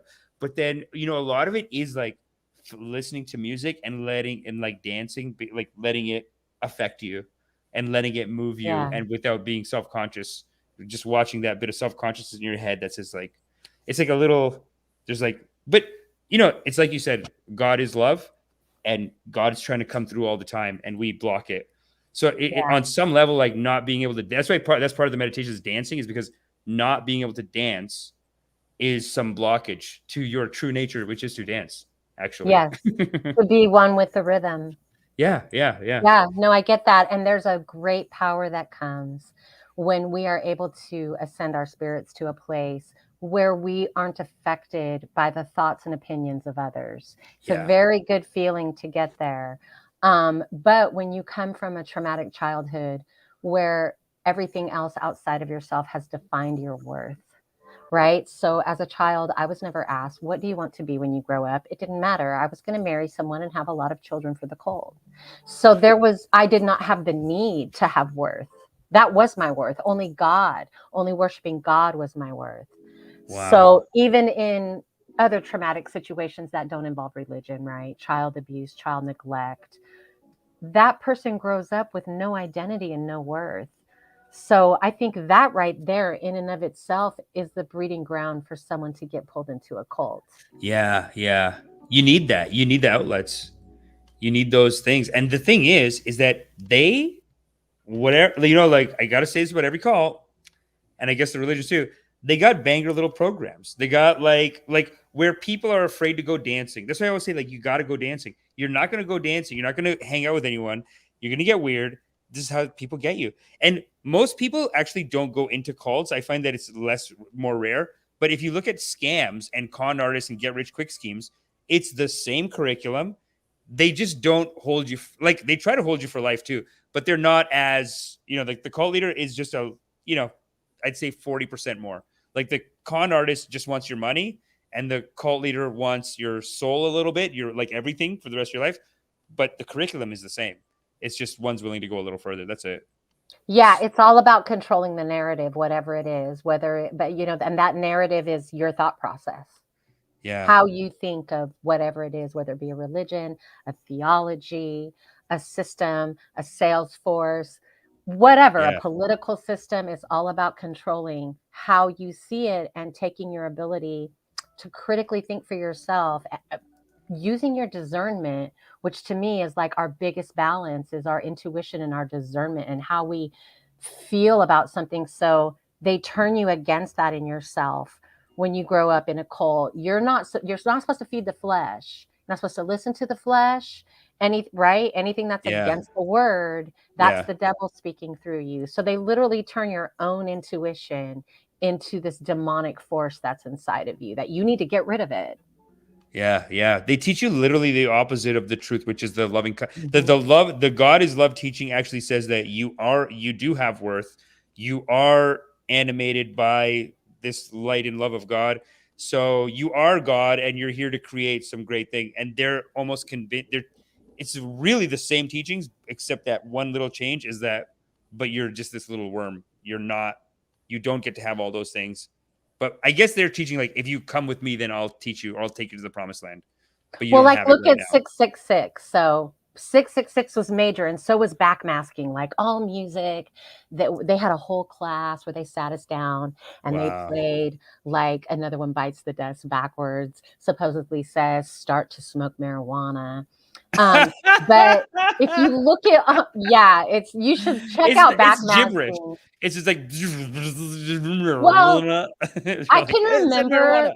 like them playing it, and I'm listening and I'm straining, and I write about this in my book. Like these are the few times that you'll kind of laugh, Yeah. right, at my thought process. And I'm thinking like I don't hear it. And then the guy says, "I'm going to play it again." And if you listen, he says, "Start to smoke marijuana." Oh, now I hear it Now you hear it. because you just told me what to hear. See? Come So on. it's that freaking subtle They of how literally take, easy. there's probably one syllable. There's probably like, there's probably like that. It's like, it looks, that's it. And then they just piece that into like, it says, I love marijuana. And you're like, yeah, it does. But It you does. hear it because Yeah. they're telling you, right, what to hear. They played the Beatles Revolution number 9. I can remember that Revolution number 9, number 9, number 9. That would haunt me at night, and I would just be in my bed, just like hearing that, just like freaking out and hearing that repeating in my head. And then like 666. Oh, when I found this out, it actually made me angry. The whole game of turning 666 into this demonic number Yeah. when we are literally 666 in our actual DNA. Every cell has 6 electrons, 6 neutrons, and 6 protons. We have been turned against our own DNA through numerology. Come on.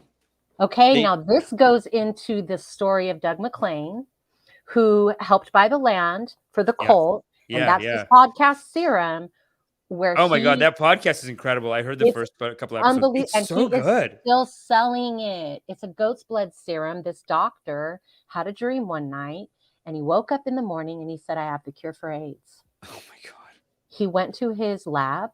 He got his hands on goat's blood and he made the cure for AIDS. It literally worked. So continue to listen to that because you're going to hear more, and you're going to hear the cult leader, and you'll hear me as well.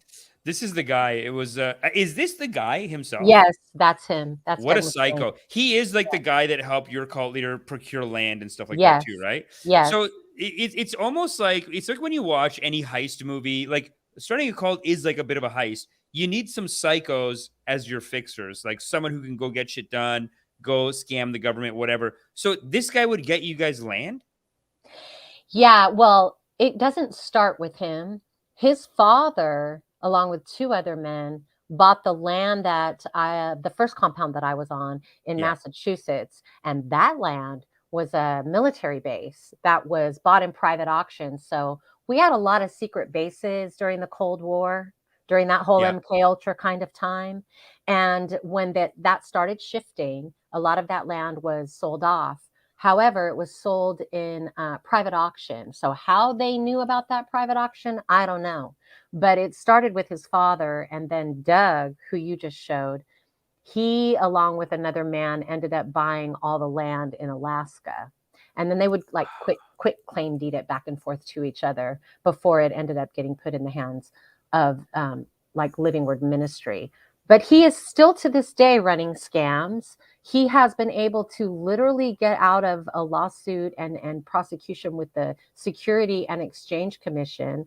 So that case is the Security Exchange Commission against like Argyle Industries, which also involves like Vince Vaughn's stepfather, Stephen Ferrone. Yeah, I have that article too. Maselli. What happened was that doctor, he made the serum. Yeah. It got denied by Fauci, said no, we're not gonna FDA approve this. Yeah. He got with some evangelicals. He went to Africa and he starts treating AIDS patients in Africa, and they're healing, like literally healing, like where this they're is. they're By the way, this is a podcast that I started listening to. So you said, okay, let me get that podcast up, because this is a podcast with NPR. So when I hear like, oh, we had the cure for AIDS, I'm just like, okay, conspiracy. But honestly, like I did start listening to this podcast. I was like, this is pretty legit. Yeah. And it's wild. So do you think, I guess, okay, look, I don't want to go that, like, I don't want to be another voice saying that Fauci's evil or something. But like, and I actually have been saying on this podcast for like a while that I think Fauci might have made the coronavirus by mistake in Wuhan. Side tangent. We don't need to get into that right now. But with this whole him denying the goat's blood serum, your thoughts on this? You think it works, and Fauci just said, like, I know it works. You know it works, but you think Fauci just said, I'm not going to include it because... Well, that's what the evidence shows. So the doctor's daughter is still alive, and she holds the patent to it, okay? So you'll hear. So keep listening to the episodes. This is fact. This is the NPR podcast, by the way, it's called Serum, and it's an amazing story. Phenomenal. And like I had the doubts of like, come on, they had the, even on this, they just like they say potential cure for AIDS, but you listen to it and you're like, come on, man, they had it, and Fauci said no. And Fauci is a bit of a weirdo, I feel like. I don't know. That doctor dropped dead at the age of 56. He was a very healthy man who ran marathons. He was not ill. And you'll hear as the podcast goes on that the FBI went in to identify his body. Why? And then the serum just kind of magically disappears. And here comes Doug McClain, and they're selling shares of it to just general people, like to the tune of millions of dollars. I've got my hands on the 3-page handout that they give potential investors. And I just talked to someone last week who it's horrific. Her child is dying of a immune disease, and he's trying to sell her this serum. My Grant is the reporter for NPR who's been working on this story. He's been working on it for 3 years. Right. So there's been like a lot of kind of NDAs about it until the podcast came out. Wow. There is unprecedented proof that the serum not only works for AIDS, but works for many other diseases. And so we've had a lot of conversations about the evangelicals and their demonization of goat's blood, and these numbers, because this circles back to the Bible in Noah, where God supposedly told Noah, right, take 2 of every animal, but of the 7 beasts, take 7 apiece. Why? Is there something about their blood? So this podcast really, it doesn't go that deep into it. It more sticks to the story of the doctor, but he absolutely did find a cure using goat's blood, and it was curing AIDS patients. He did come back and get a study approved. Are you saying like you think the Bible has some hint to it? The Bible itself is like. I think that think about this. In the Old Testament, the Hebrews, they painted goat's blood around the door, or the bloods of the lambs, the horned rams. Right. So that when the angel of death flew over, right? It would. Right. By the way, no, goat's blood. Listen, goat's blood. It has a history in black magic. I've seen so many rituals in movies where they're like, they have a goat and they're like, okay, you cut and then you get a bowl of blood and then you take the blood to a witch. Witch does a thing, Haitian, voodoo doctor does a thing. It's goat's blood. Like, let's not pretend like it doesn't have some history in, some black magic voodoo stuff. I mean, it's a fascinating story. I can't believe it's very fascinating. Yeah. Yeah. So then why is Vince Vaughn's mom though? Because I did read that article. Let me pull up that article real quick. I don't know how they all know each other. And I believe that Grant is probably that podcast is going to run into September, and they're releasing an episode each week. So we've got like about 5 or 6 more episodes to go. I know all the story, but it's a banger. And like, thanks for sharing that with me. Because like, honestly, I haven't, like, there's just too much true crime now. There's too many of these podcasts. And I almost feel bad for these guys because it's like, I feel like 5-10 years ago, this podcast would be huge. But the market is flooded with these podcasts. So I wonder how they're doing. I hope they're doing well. I recommend everyone check it out. It's so good. This story needs to be in public consumption, because I think it's really important that the people in general understand how much of what is good for us has been turned against us and kind of like demonized, that it's a bad thing. I mean, what if this is a serum that literally could heal so many people, and it was denied to them because the pharmaceuticals make billions of dollars? Yeah. Okay. But then, you also sent me this article, and like, I find it interesting. See, this is the thing. Like, I don't know. You never know. It could be a thing. It could be like, my dad, I can't believe I never talked about this on the show yet. My dad one time came back from a trip in South America. He came back with like 6 boxes of noni juice. And he was I've drank noni juice before. It's amazing. It's okay. But like, it's as far as like hard evidence of like what it cures, is it really curing anything? Is it just more of a general health tonic? Well, I took it because after a surgery that I had, so long story short, my nose got smashed as a child. So I had to have a deviated septum fixed. Yeah. And I got really bad post-surgery, like systemic inflammation in my body. It was horrific. And so I drank noni juice for some of the anti-inflammatory properties of it.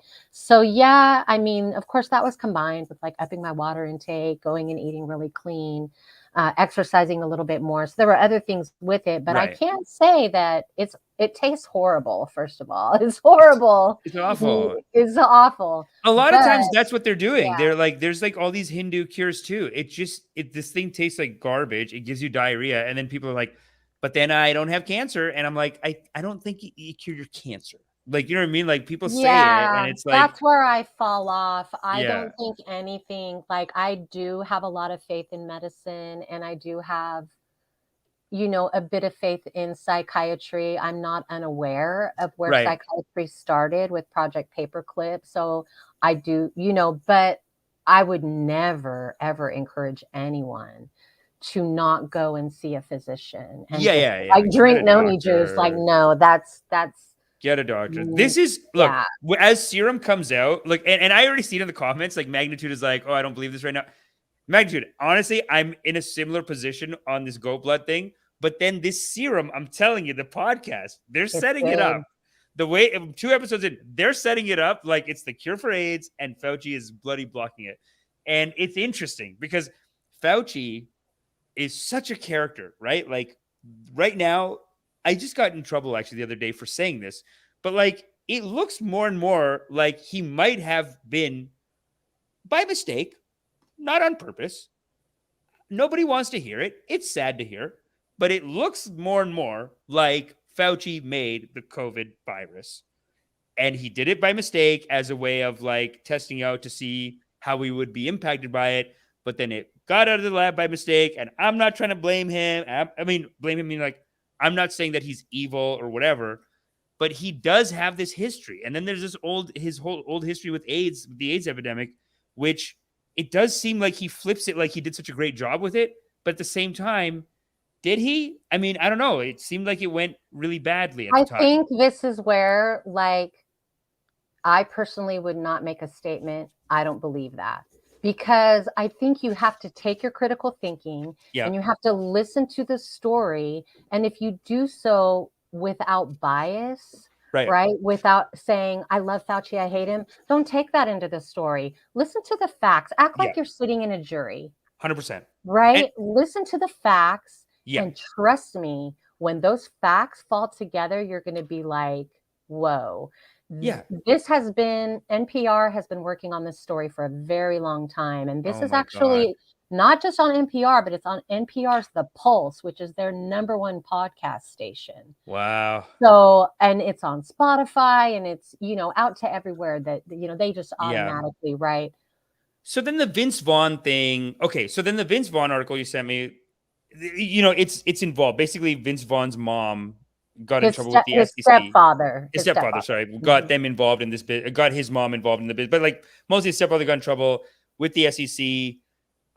Something to do with this goat blood.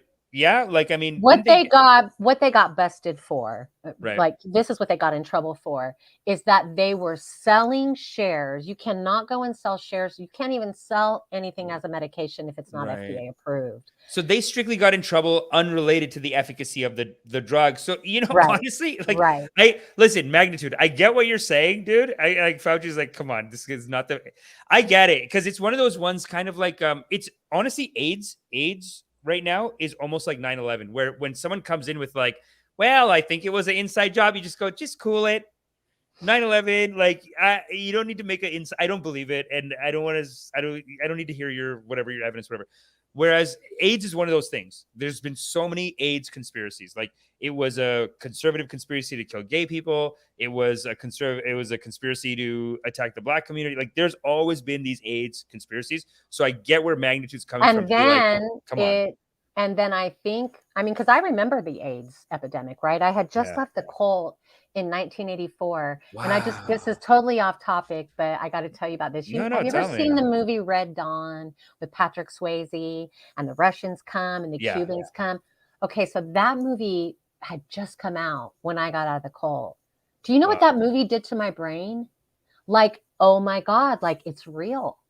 I know. That movie solidified everything the cult told me. I was like, they're coming, like they're really coming. But, see, not only did they take advantage of like government subsidies, but they also took advantage of government subsidies in the form of like the fact that your cult, the move, they jumped on this Red Scare, this like the communists are coming bullshit. Yeah. It's like you just got a bunch of free publicity from the US government. They can't help themselves. Mm-hmm. Now they're more about the Muslims.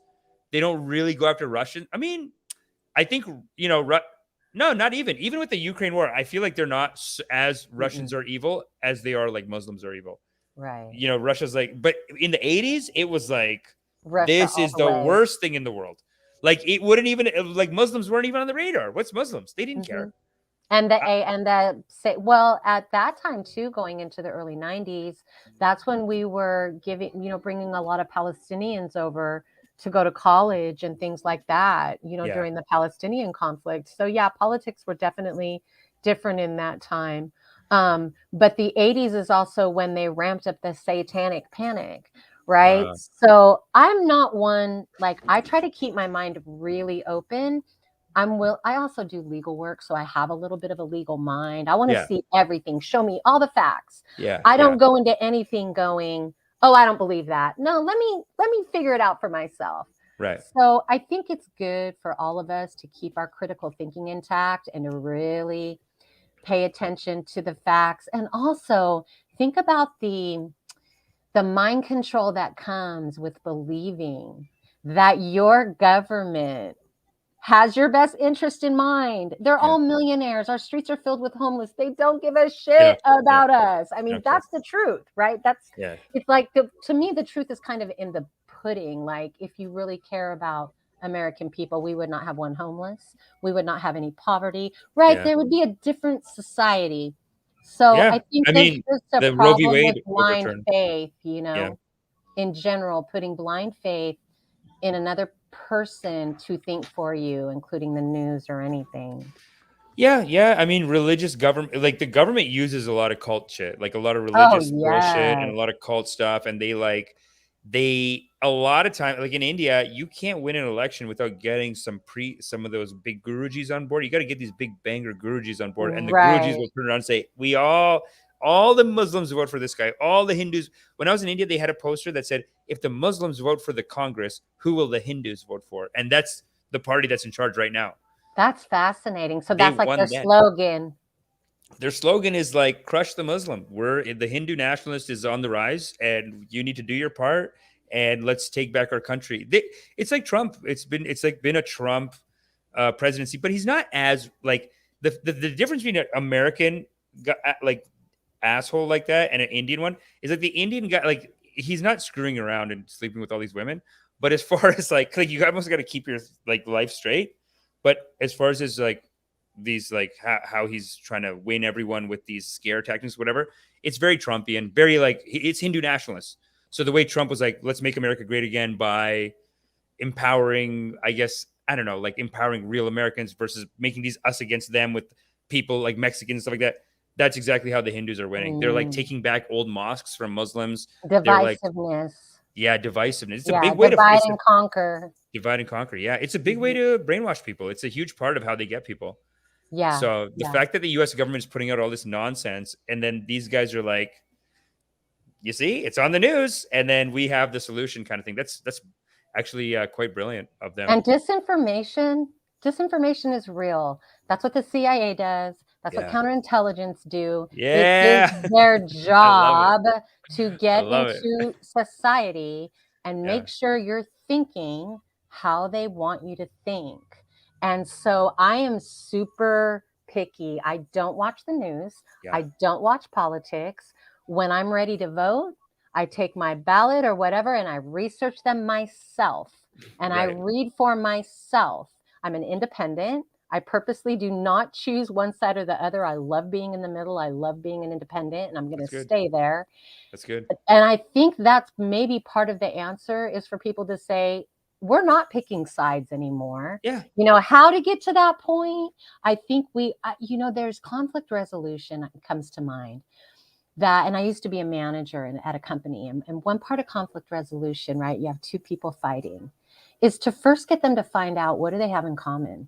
Yeah. And once you get them to find out what do they have in common, the dynamic starts to shift. You find out like, oh, you both love your family. You both love your children. You find out we have a lot of commonalities. Okay, maybe we don't believe the same or this and that, but something about finding, if we could all stop fighting and start finding 100%, what we have in common with each other, there'd be a lot more uniting, I think.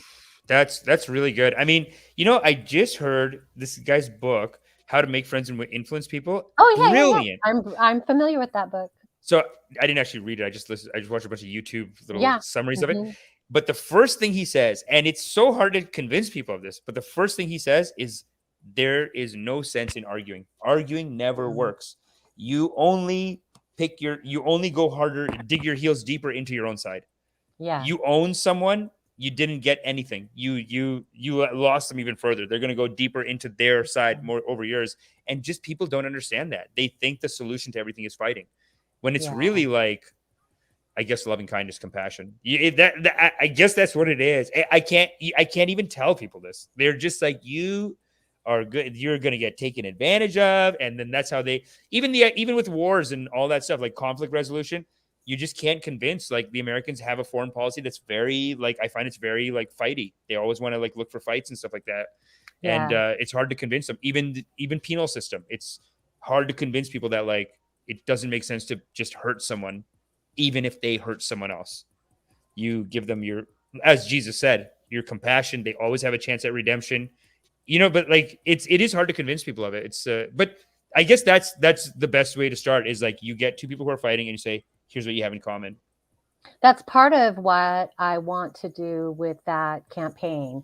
And I really, really want people to sign, because once I get at 10,000 signatures, your campaign gets sent to a senator. And at 100,000, you can go sit down and talk with Congress. People are talking with Congress every day. It just doesn't get televised. Yeah. But I think it is really a good start. There is an act that we have in place, and it's the 1996 Child Protection Act. And it really goes into detail about how to protect our kids, but nobody's enforcing it. And so it needs to be enforced, but it also needs to be enforced in CPS, in foster care. I'll tell you who's doing something good with this, and that's Dr. Phil's wife, Robin. She has an organization, that sends a parent, either two parents, like say it's a mom or a mom and dad that are both on methamphetamines. They go to an inpatient and their kids go with them. And they're all there as a family. Yeah. And they have had almost 100% success rate. That to me is massive. That is what we need funding for, is for programs like that. I mean, like, imagine if that existed for people leaving cults. Yeah. Right? You come out of the Jehovah's Witnesses, you come off of a compound, where do you go? You go to welfare. That's nothing. You're going to end up homeless. And so they're stuck. There's no transitional programs for coming out of harmful religions or organizations, coming off of drugs. Not coming off of drugs, man. That's huge. Because you know, a friend of mine was just telling me, like, his dad and his brother are both heavy on oxys. They just can't stop taking oxys. Sad. I know, and this guy's like, I'm just like, I feel bad because he's telling me about it, and I'm like, give me one. You know what I mean? Like, they just sound so good as someone who just parties. They make you constipated. They make you nauseated. I can't take it because it's terrible. I didn't even take oxy after I had nose surgery. I was like, I'm good. I'll take some naproxen. The side effects are terrible, but it's ruining America. It's ruining people's life. The Sackler family should be sued for it. People are saying that the Sackler family, they're the ones who kind of legalized it and got it out. I have like two family members. They own pharmacies in the US, and they both went to like this white collar prison for a year because they just sold oxys. Like any little back pain. Yeah, you want some oxys? Like, they're selling it. Like, they're pushing it. They're like adding, like, oh yeah, do you have any back pain? But your back hurts a little. It's like, no, I don't have back pain. Like, even if you don't have it, they'll just be like, no, yeah, it's not good. You guys have it? They've really cracked down. It's very hard. Yeah, they've really cracked down. The sad part about that is, you know, people who actually do need some pain medicine are now struggling to get pain medicine. But imagine, but oxys are not the solution, though, for anyone. But I mean, it just got made and introduced, and it's ruining. It's just like a way to sell heroin. Right. Well, it's an interim drug, so I think when you're coming out of surgeries and painful surgeries, you absolutely, but it needs to be under a doctor's care, and they left them on it for too long. You shouldn't be on oxy for more than 30 freaking days after. This guy's in Canada, so my buddy got he's in Canada. He got some little thing, and thank God he won't do it. But some little thing, the doctor gave him like 500 of them, and he's just and then he just checks it and he lives with his parents. So he goes back and like 2 weeks later, he's like, where are my goddamn pills? They're gone. That's insane. I know, they're gone. And his own family, like his brother, like they didn't take 500 in 2 weeks. They jacked their own son and brother and are like, I don't know. Yeah. So they're just see how that destroys families. It does. That's why you got to go together. It is a family issue. And think about a parent coming out of a cult. I was involved in a lawsuit here. You know, I don't know if you know about Jay-Z Knight. She was on David Letterman way back in the day. She thinks that she channels this 30,000-year-old alien, but she owns this massive compound up here in Yelm, Washington. And Jay-Z Knight? Jay-Z Knight. Jeez. She's also known as Ramtha. That's the alien's name. She does this whole, like, how do I not know? I've seen her. Where she does the and then says indeed. But a mother who left, she looks like a psycho. The father would not let her take the child. So what is a mother to do when she's trying to leave any situation, or a father, not to just make this about a mother or a father, trying to leave any type of situation, and there's no transitional help for them, whether it's coming out of drug addiction, it's coming out of a cult, it's coming out of whatever. How do you heal when you're in 100% worry for your child? Because your child's either in the system, in foster care, in some place like that, you're not with your child. Yeah. This is what parents have to deal with coming out of these cultic situations. So it just adds more stress on them as opposed to giving them a safe space to be with their family and heal. Jeez. Yeah, that's her. She uses the consciousness message. So again, you've got a cult leader who's using a message of truth. Yeah. That we can tap into our consciousness. Yes, Shirley MacLaine was big with her. Yeah. But a reporter, you can't take any electronics onto her cult compound at all. So Wow. she actually inserted a flip phone into her vagina, and she got it onto the compound on a night. And so at the end of the session of the day at Jay-Z Knight's cult, it's called the School of Enlightenment. Wow. You go through all these classes, but then you gather on the lawn, and she's on the stage, and you're all drinking together. And she begins to rant, and she gets racist, and she's talking about Black people, and she's talking about Jews, and she's getting more racist and more racist. And they filmed this, and it was on YouTube for a very long time. She's been successful at getting it squashed, so it's kind of hard to find it. But that's the truth about who these people are behind the scenes of this love and light. Yeah, that's her. She's channeling. She's becoming Ramtha right there. Ramtha! You have to play the sound when she says, "Indeed." I love how she just talks like Arnold Schwarzenegger now. Like, does she have an accent, or does she? Is this like her Ramtha? No, that's Ramtha. She's talking. like, I am Ramtha. I can destroy you. I'm the great warrior. What is this? But the Stupid legend goes on to say, you up. It's such a good, what a good origin story. You could be any old, like, this is taking the origin story to another level, because every sales coach, every cult leader, they teach you, rewrite your story. Take whatever happened in your life, make it an inspirational tale of like, you overcame this and that and whatever. And then you can tell your follower, your sales, your like customers or your followers, whatever. Then you can say, oh yeah, buy from me because I overcame this and you're part of this journey with me. See how they like humanize themselves by saying, like, I was a barbarian because I was not enlightened. Yeah. So because of, right. But so then other people are like, oh yeah, I have bad ways too. And that's just because I'm not enlightened. So I'm going to become enlightened. Wow. Yeah. I love Joel Osteen. I don't know if you're into Joel Osteen. I found he has a very loving kindness message, but a lot of, I don't know. Sometimes people get mad at me for bringing him up, but I love Joel Osteen. And he has these stories where he's like, I knew a man. He was in a biker gang. He went around killing people for years. He was on drugs. He was going to kill. He said, my life is no good. I'm going to kill myself. But then at the last moment, he heard a message from God in his heart. And then he came to our ministries, and now he preaches for us right here. Yeah. He, in fact, goes out with his biker gang, old gang of bikers. They go out and preach for the Joel Osteen ministry. He's like, that's taken out of the evangelical playbook. That's their biggest story is this preacher. We found him on the streets of LA, and he was doing heroin, and he was doing all these terrible things. And look at him now. Look at Brother David now. God has saved him. He's doing mighty works. Yeah. Joel Osteen is another one of those swindler types who you don't like him, No, look at how he lives. I mean, I know. Look at the Bible. You're preaching from a book that literally instructs you to take all of your riches and sell it and give it to the poor. And Jesus beat people like Joel Osteen out of the temple.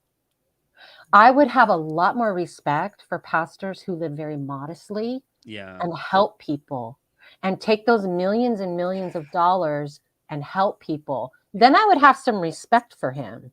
But how he lives, I don't have any respect for him as a human being. Right. He does. You think like he does live lavish. He does have that. Like Osho did that too. The Rajneesh.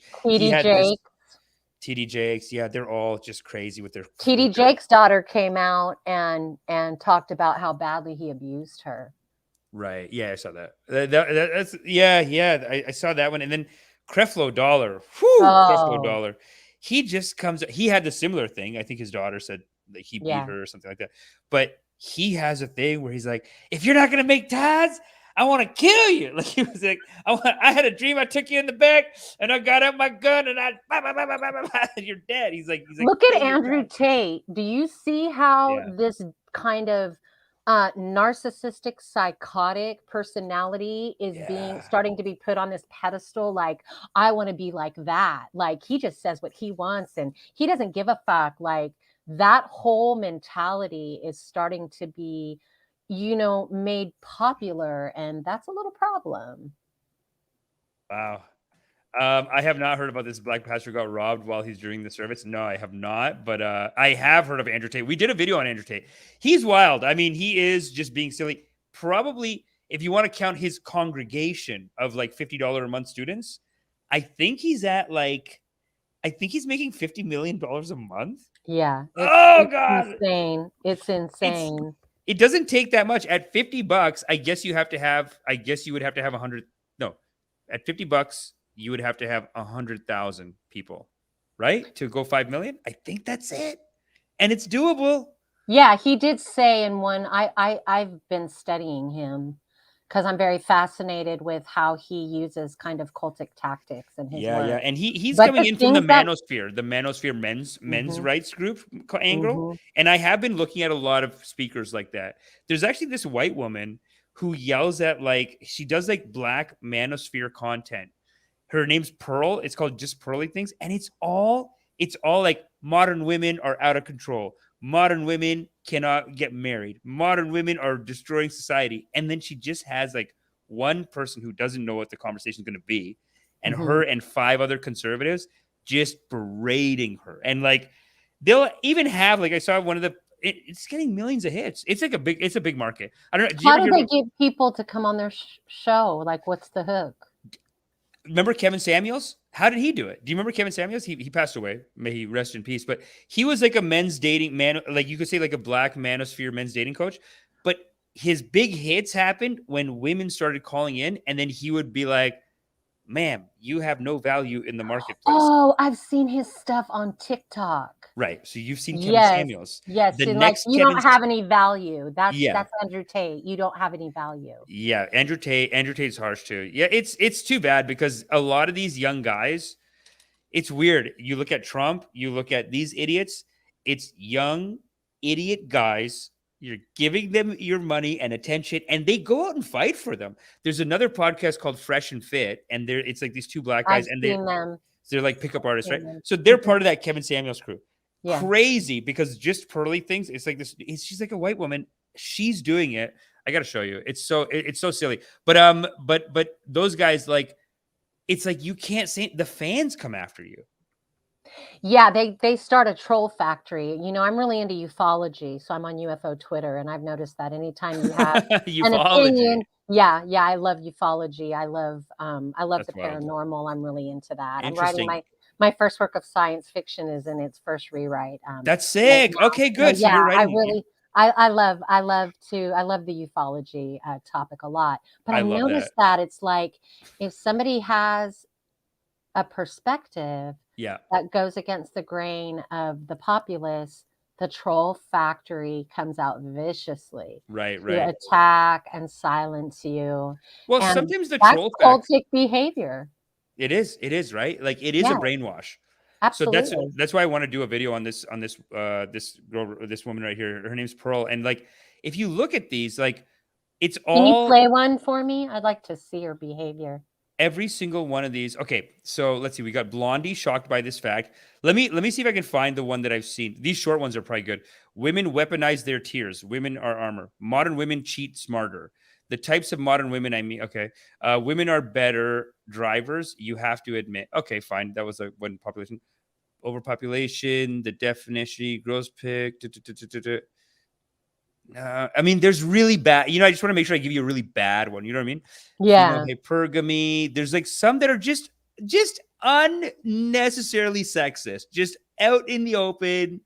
Feminists want freedom without responsibility. Like, but do you see this title? It's like feminists want freedom without Well, responsibility. you know, Laura Ingraham back in the 90s was the Right. first one on talk radio to really, keep that Right. narrative alive. Remember her? And Yeah, no, she's would still get- around. The Ingram So- angle, she's killing it. She would just go Yeah. in on women. Like a woman would call in and say, I have 5 children. I am really overwhelmed. And she would just be like, you need to just get your shit together and get more organized. And you have them, like no empathy. Just, it's almost like these people have an agenda to get rid of empathy. Yeah. To shut you down toward your own emotion. Look at Um, like look at this ridiculous narrative that she's pushing. Child support provides incentive to divorce. It's like, what, you assholes. They're basically saying like because women have welfare, they become lazy and they leave their marriages. And there's no way to prove it. It's just an insulting thing to say. And I guess it is like men being bitter and being bitter that women have the power to do it now, I guess. But I just don't like this ridiculous conspiracy that like, oh, do you see what's going on? I mean, Ronald Reagan sold this myth. They call it the myth of the welfare queen, where Ronald Reagan, when he wanted to pass laws where they wouldn't have to give out like welfare, like they wanted to cut down welfare spending, all this stuff. So he would be like, this is Rhonda. She's a black woman who just keeps having children and she takes your money to raise them. So then everyone's pray for him in the cult. Ronald Reagan? Mm-hmm. Of course. Yeah, he was a Republican. So naturally we prayed for him. And a big Red Scare guy, a big, like, I'll show it to the Russians kind of guy, you know? Powerful man. And really statistics show right now that more than ever, men are getting custody of their children.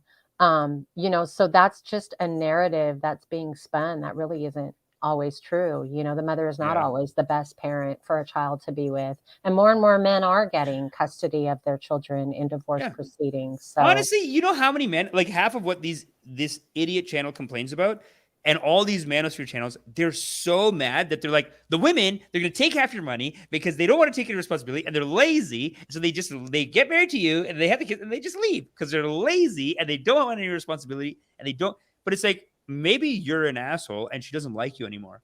Did it ever occur to you? Like, Jesus, man, you can't just force them to stay married to you. I know you're bitter and sad. It doesn't bring the child into play because, you know, imagine if my father had one custody of me and my brother and my sister. Look at what we would have been saved from.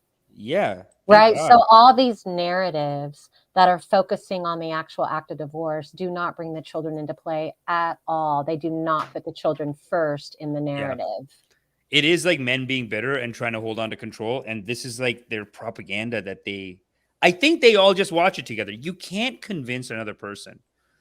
This is actually maybe not the best example.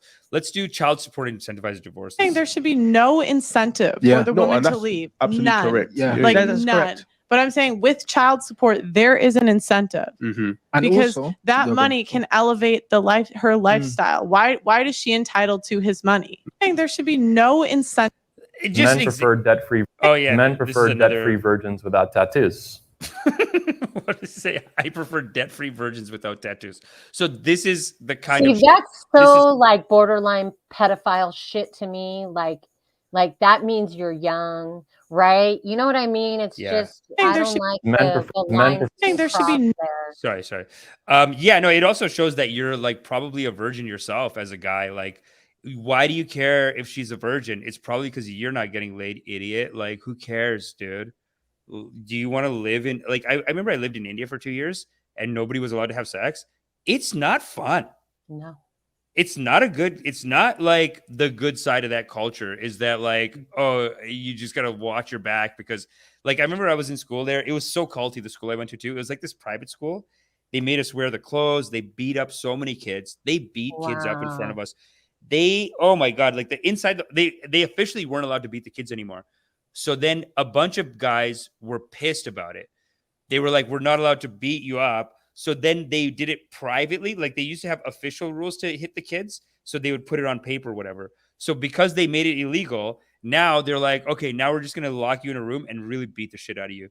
Because you know what I mean? So for a couple of years, it got worse. And then I think now it's gone. I don't know. I assume now it's gone. Maybe I got to talk to someone again.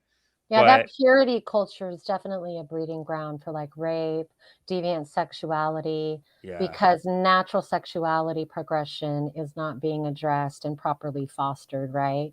Yeah.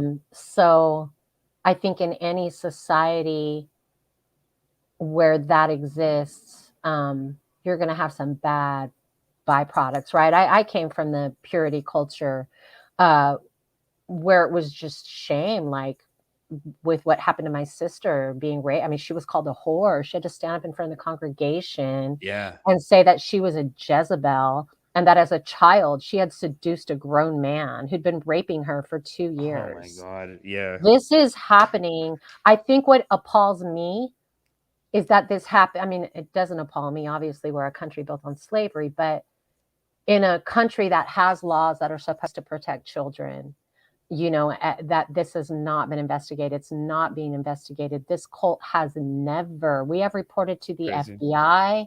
We have made reports to the Department of Justice under human trafficking, and it is all ignored. There are children there today, right now, as we sit here. And of course, they've modernized themselves, right? With the internet, they've modernized their methods. But just last year, I was talking with a therapist who worked at one of the doctor's offices in Delta Junction, where they bring the children. And she said, I know without a doubt these kids have complex PTSD, but the doctor, he diagnoses them all with ADHD because he gets kickbacks for Ritalin. Do you see how that's happening? So she turns him in, and he gets in trouble and just opens the clinic back up under another name. And continues right on. They just get a little slap on the hand. This is on the cult compound? Well, now they've modernized themselves. So now they all have electricity. They have their own clinic. They're sending some of them to college. They've integrated themselves into, like, there's a Senator Shelley Hughes in Alaska. She grew up in the cult. Wow. So they're integrating themselves into politics in the state. Oh, she grew up in a cult, but she's not out of it. So she's joining politics as, like, I'm going to help my cult.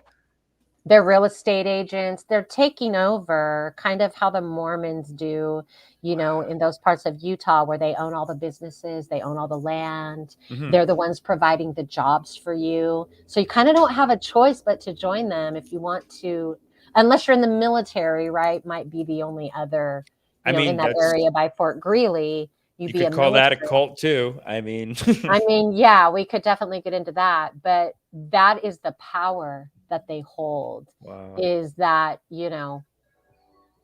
come to our church. Yeah, sure. We'll give you a job. Absolutely. You know what? We have room on our construction team for you and your son. Wow.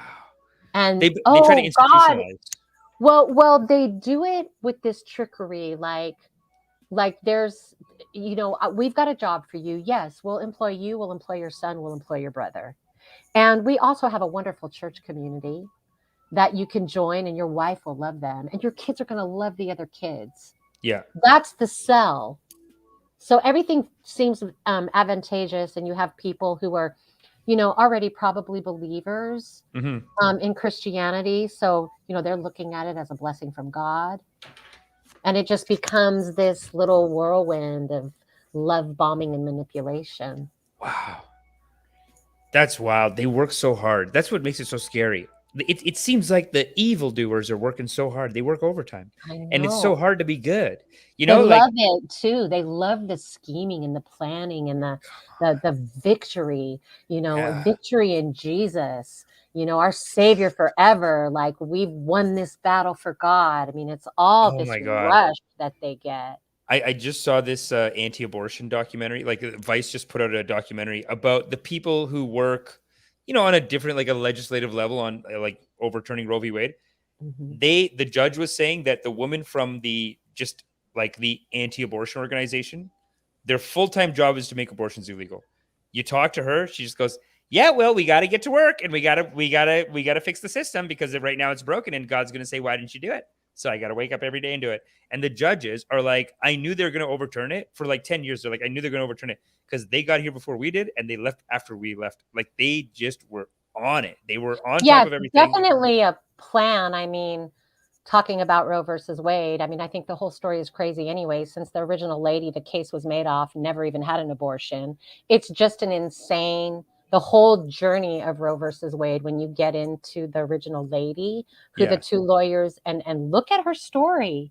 She ended up flipping in her end days when she was dying. I saw that original documentary, and by the end, crazy. And the end, she goes, I regret it. Oh my God, it's so sad. It's just all these levels of mind fuckery. I know happening, and it's all done to control us on some level or another. Well, the control is that we're lost in this fight when really none of us are really like, yay, let's get an abortion. Like, the fight, like when you get stuck in a fight, it becomes like, don't you know it's a life?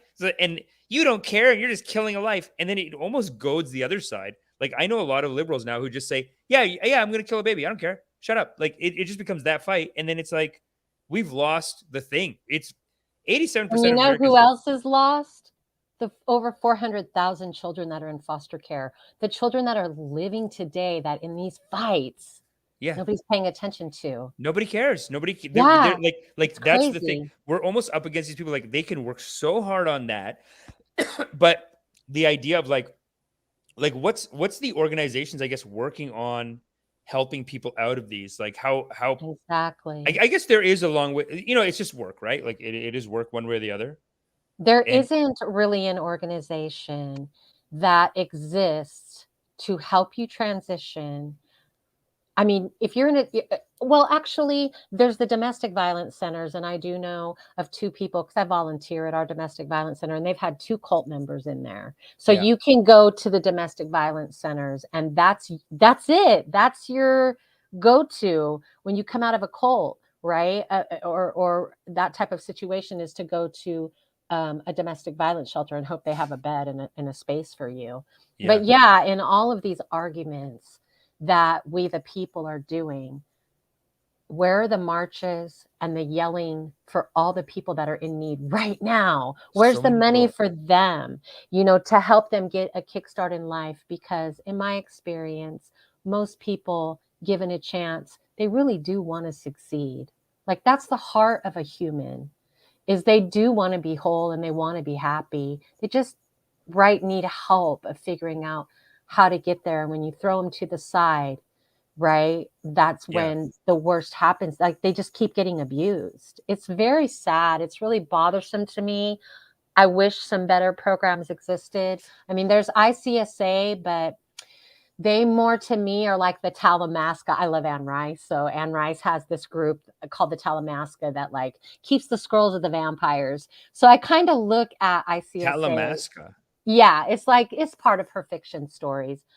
But ICSA reminds me of that. Like they're the keepers of the cult scrolls. So anything you want to know about cults, you can find with this organization. But when it comes to providing housing, providing money and funds and resources to help someone transition into getting a job, having a place to stay, it just doesn't exist for them. So you hope to find it through another church or a domestic violence shelter, and that's pretty much it.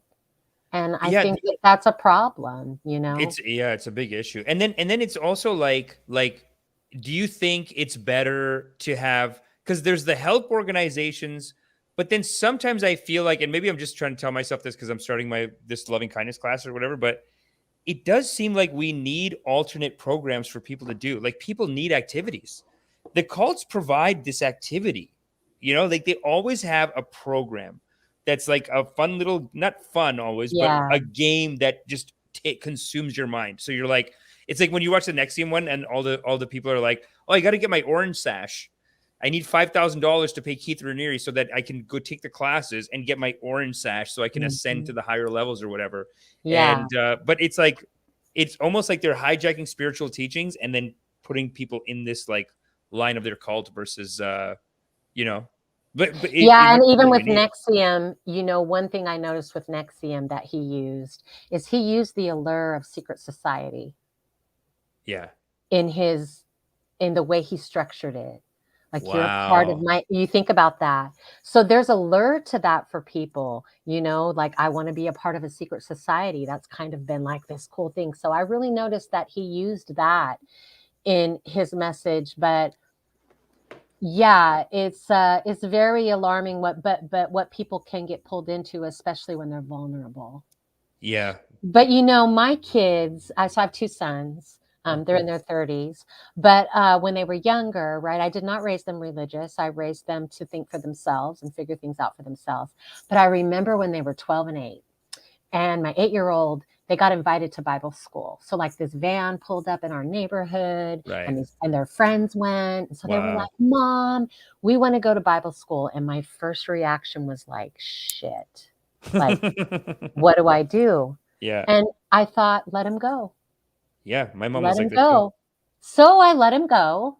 And the van came and picked him up. I had already, by that age, you've hopefully given them the tools of what's okay touch and things like that to keep them safe from molesters and stuff like that.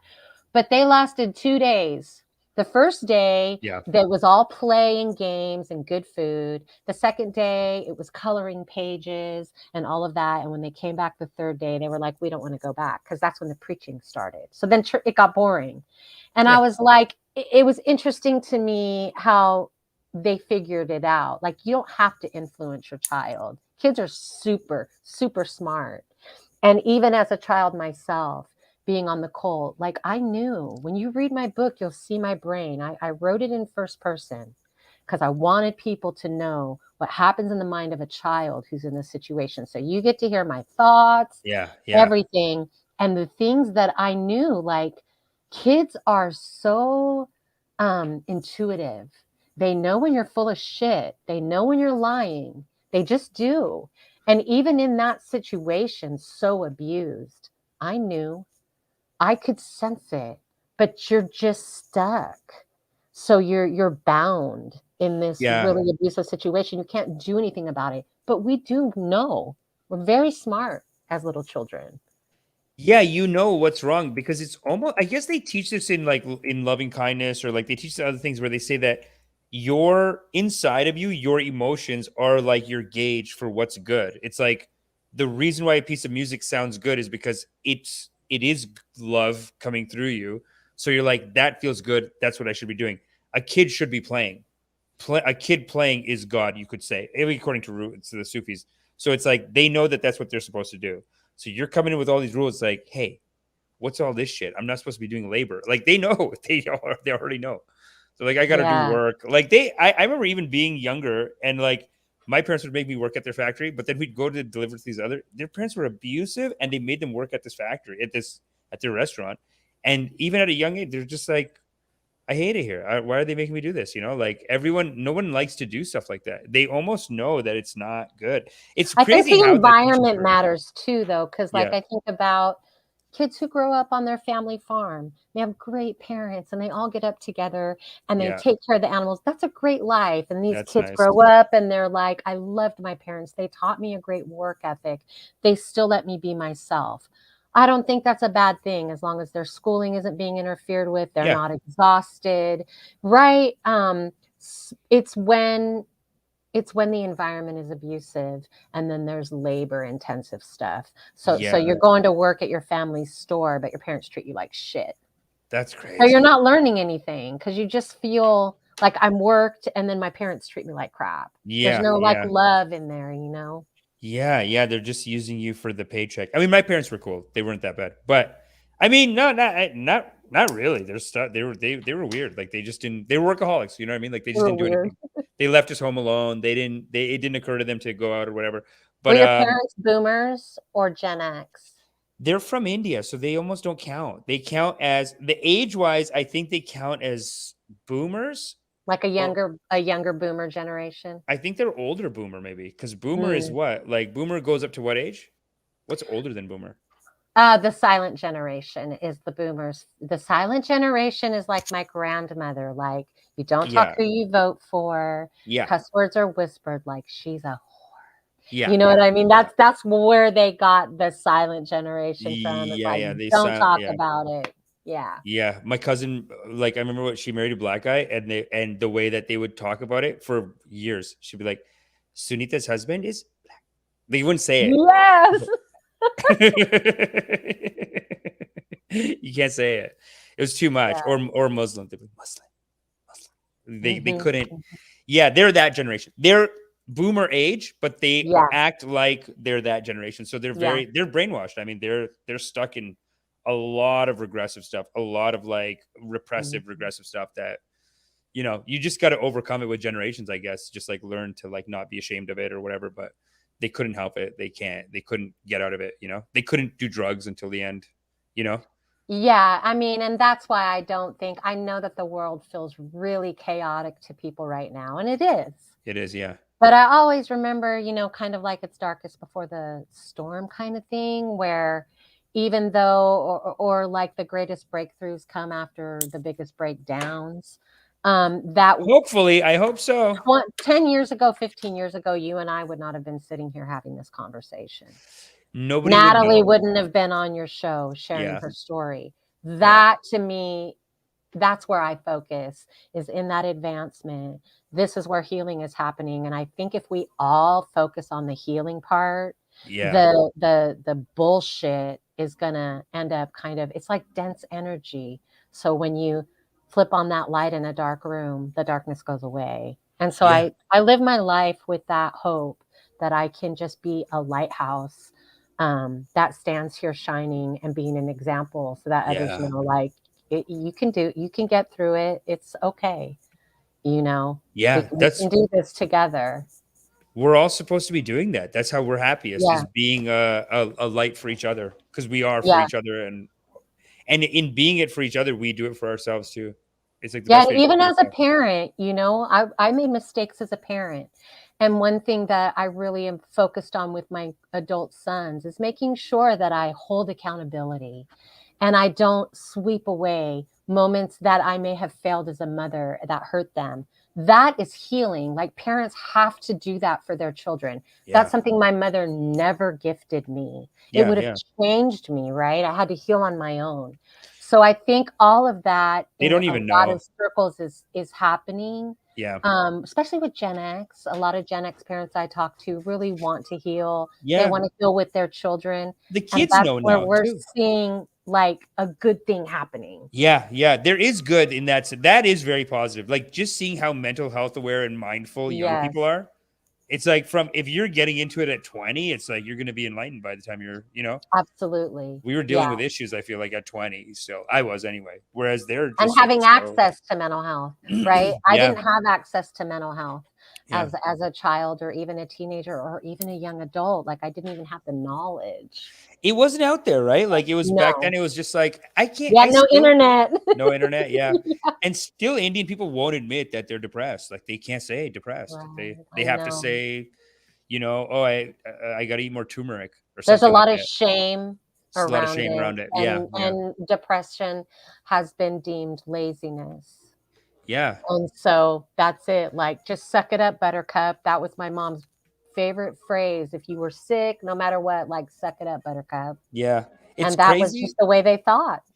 Yeah. And it's crazy how many people say stuff like that and they're not doing that good. Like, they're just seeing their life in a certain lens and they're like, look at me, I'm killing it. So you need to suck it up. And it's like, but you're not. You're miserable. Well, it's also too almost a deflection. Like, if I tell you to suck it up, I don't have to look at myself. Yes. Right? It's like a denial statement. It is. It's like, look, I'm perfect. I lectured him, so I must know what I'm doing. Exactly. So stupid. Yeah, it's really bad.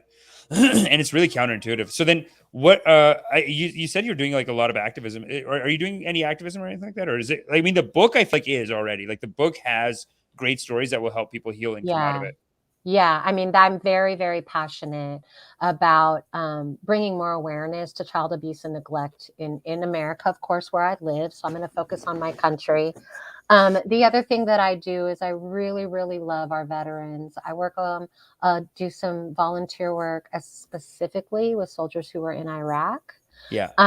Because the chemical weapons and the weapons that we used left them with a lot of, like, Addison's disease and the burn pits. I don't know if you were in. Did you see that? Jon Stewart just like a couple of weeks ago, he was like yelling at Congress, I think, about the burn pits, and they were getting diseases out of that. And the terrible thing is that a lot of these vets, so the government will give them their 100% VA disability, but then they go and they try to get their Social Security, and the government's like, yeah, and they have to fight for it. I know. So I do some Such volunteer bullshit, work, helping them process those applications and that paperwork. It's all talk. And if you criticize any military stuff, it's like, why are you attacking the soldiers? It's like, no, you're attacking the soldiers. Mm-hmm. Criticism of the military is helping the soldiers. It's saying, like, you're abusing these people for nothing. And it's not, you know, like, you haven't really done successful missions for a long time. There's so much trauma that, and my counselor, was a psychologist, and she said to me one time that there's two main sects of society that carry complex PTSD, soldiers and abused children. Yeah. Because we have seen repeated trauma.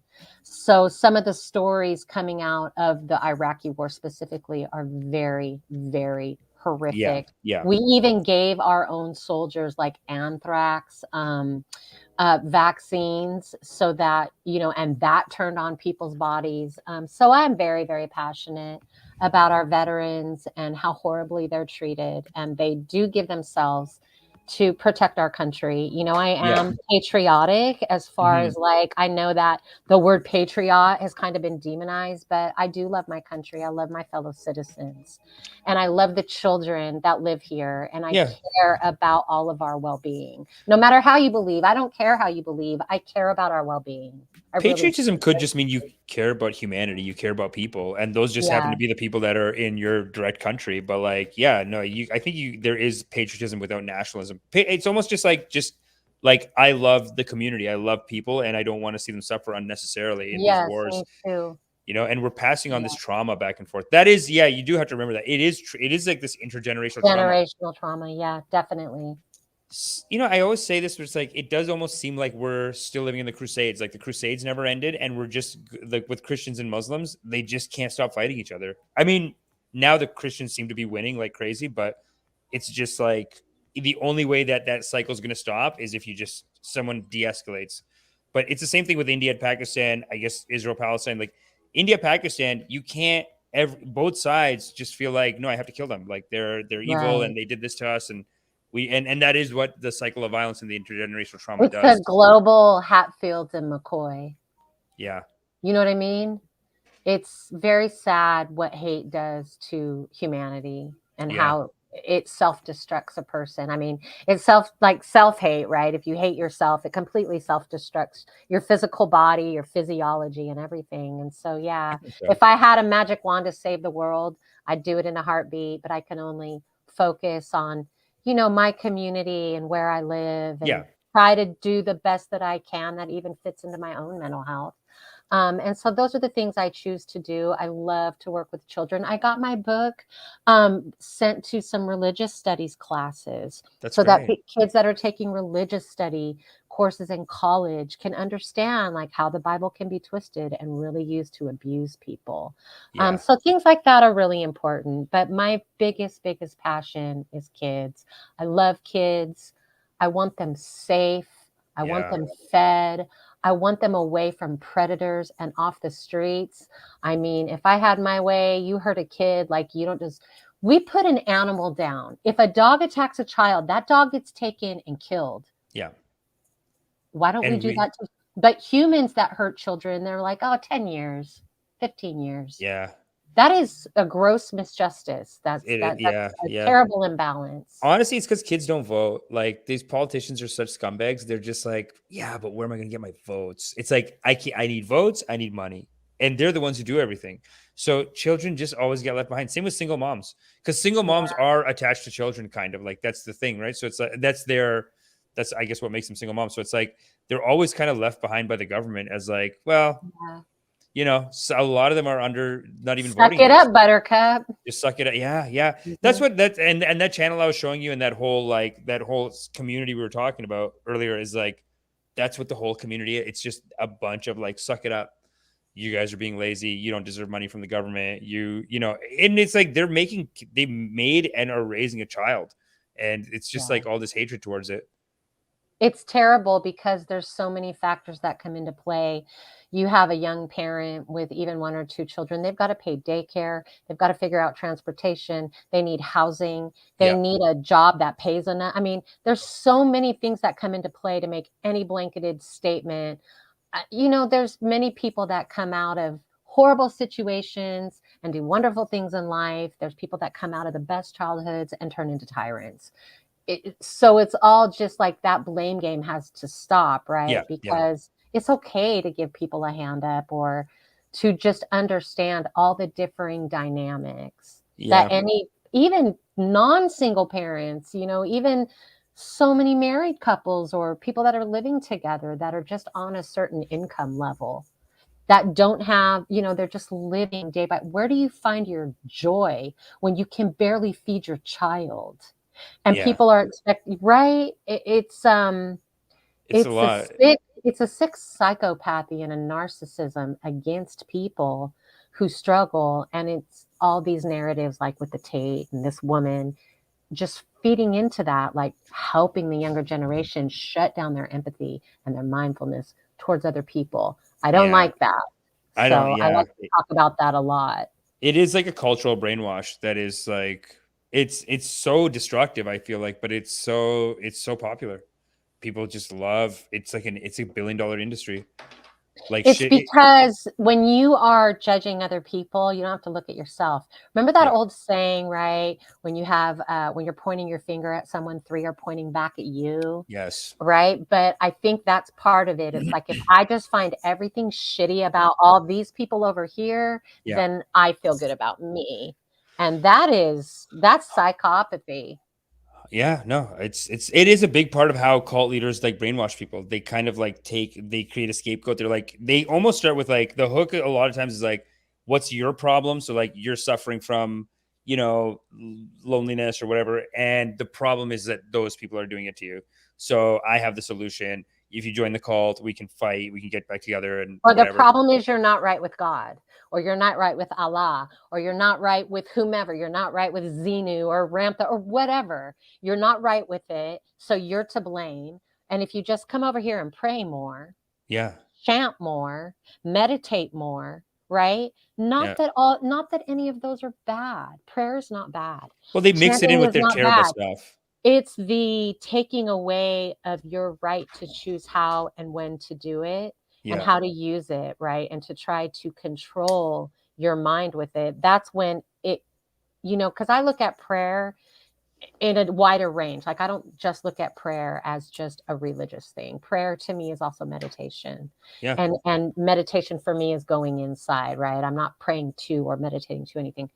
But yeah, it's taking that and saying, you just come join us. We'll pray over you.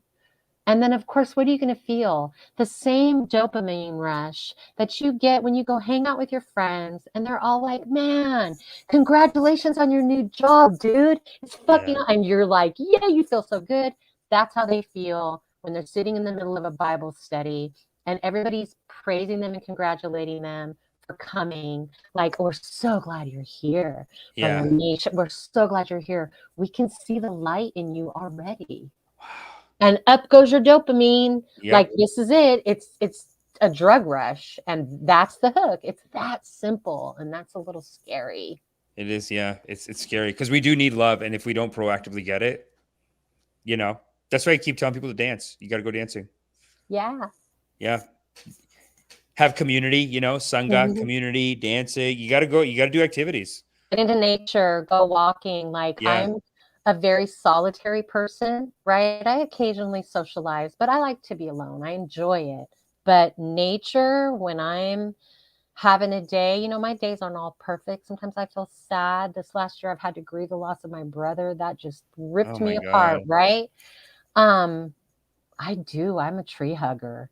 Like, I love to go just sit with the trees, go take a walk, put my bare foot to the earth. There's something to be said about nature and its healing properties. So I'm really into that. A little grounding. Yeah. Yeah. I love that. Yeah. I actually just found a great Wednesday night dance party. It's like a sober dance party. You just go and drink cacao. It's called a cacao ceremony. Wow. Chocolate Groove in Toronto. It's amazing. It was such a good party. And it was a rager. It's just, he does it outdoors and he just finds different spots in Toronto. He can get away with it. Mm-hmm. He also has the headsets. So if like they can turn off the sound, but it's all like no drinking, positive, loving kindness kind of energy. And beautiful. I'm making a point to just get out to those, because it's like, then the cults get you, you got to do. Well, I think with any group, if I had a piece of advice to leave with people, is just to watch what happens if someone decides to criticize the group or the group leader, or someone has a problem. Watch how it's handled. Are they shunned? Are they criticized? Bad group. Are they listened to and allowed to speak their mind and not shunned and the group still loves them, that's a positive communication. So I think with any group activities, that is what I personally would look for. Is I'd be watching the first time someone had a complaint. How did the group and the leader respond? And that would tell me whether I wanted to stay connected to that group or not, of how they treat that person. Yeah, that's very important. I mean, Steve Hassan says it too. It's like he calls it the BITE model, behavior control, something else control, but one of them is thought control and speech control. It's like, you're not allowed to say this anymore. You're not allowed to think that. It's a big issue. I mean, we see this now in our society with being told, how we're supposed to address people, what we're supposed to say. It's almost like you're like this at this point, like what's okay to say, what's not okay. That is a mind fuck. Like, I refuse to live like that. I'm going to speak how I speak. I'm going to be mindful and kind to people. If I accidentally offend someone, I don't have any problem saying I'm sorry. But that bashing on people's heads and telling them what they are and are not allowed to say, what's PC, what's not, that's a little cultish to me too. Yeah. No, I mean, like that. Those cult elements always, no, that is, I'd say, like, okay, right-wing side, they got their military industrial complex, both sides now. But they do a lot of stuff, like Roe v. Wade, that's so right-wing, and they're crazy with that. But then, and I think it's way worse, to be honest. But then, like left-wing, there is a lot of this, like, shaming, and like, you said this, and you need to be canceled. I don't think it's right to cancel anyone. Like, shunning, some people said in here, one of the channels named is, I think it's Shunning is Abuse. It's true. I mean, shunning is abuse, and canceling is shunning. You should be healing, helping to heal and help someone come back and let them know what they did wrong, and have the compassion to let them know, like, this is what you did wrong and this is how you can heal, whatever. But instead, people are quick to be like, no, you're canceled. No one's allowed to talk to you. I think it's unacceptable. I think there's like a really far left and a really far right. Yeah. And then there's the people in between, right? There's always these extremes. Yeah. Because I have friends that are Republicans. I have a friend that's a Trump supporter. I have a friend that's a Democrat. Yeah. My Trump supporting friend is an atheist. Like, the reality of who people really are. Right. I'm not going to dump my friend off because of what they believe. Like, who cares? That's their right. That's how I live my life, in like this place of acceptance. I have my boundaries. Like, don't bring your racist bullshit and all of that crap to me. I don't deal with that. Like, that's when you're out of my life. But, I accept people's right to believe the way they want to believe until it becomes harmful. Then when it becomes harmful, then they've crossed that line into extremism. That's how I view, like, my friends, my fellow citizens. Yeah. It's like, don't get extreme with it. Just be a good person and have some ethics in life, right? I was just at a Patel event, a little Patel convention, I call them, and they're all Trump supporters. Every single one of them is a Trump supporter, and they will just gang up on you and be like, "Oh, you're liberal. Oh, how are you going to make money? Trump is good. Nothing." Like, they just want you to, like, they just want to, like, yell at you or whatever. But it's like, they don't, like, I feel like I've gotten good at just being like, okay, it's fine. I mean, I think he's an idiot, or like, I bring up things that are stupid, but it doesn't have to be like, well, we're not friends anymore.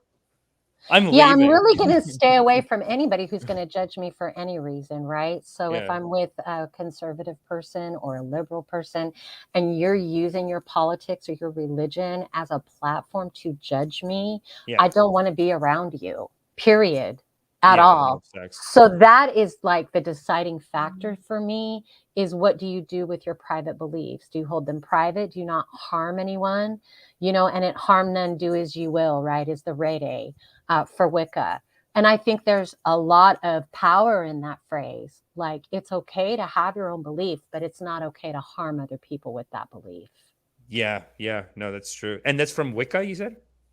Yeah, that's called the Rede, R-E-D-E, and it harm none, do as you will. All right.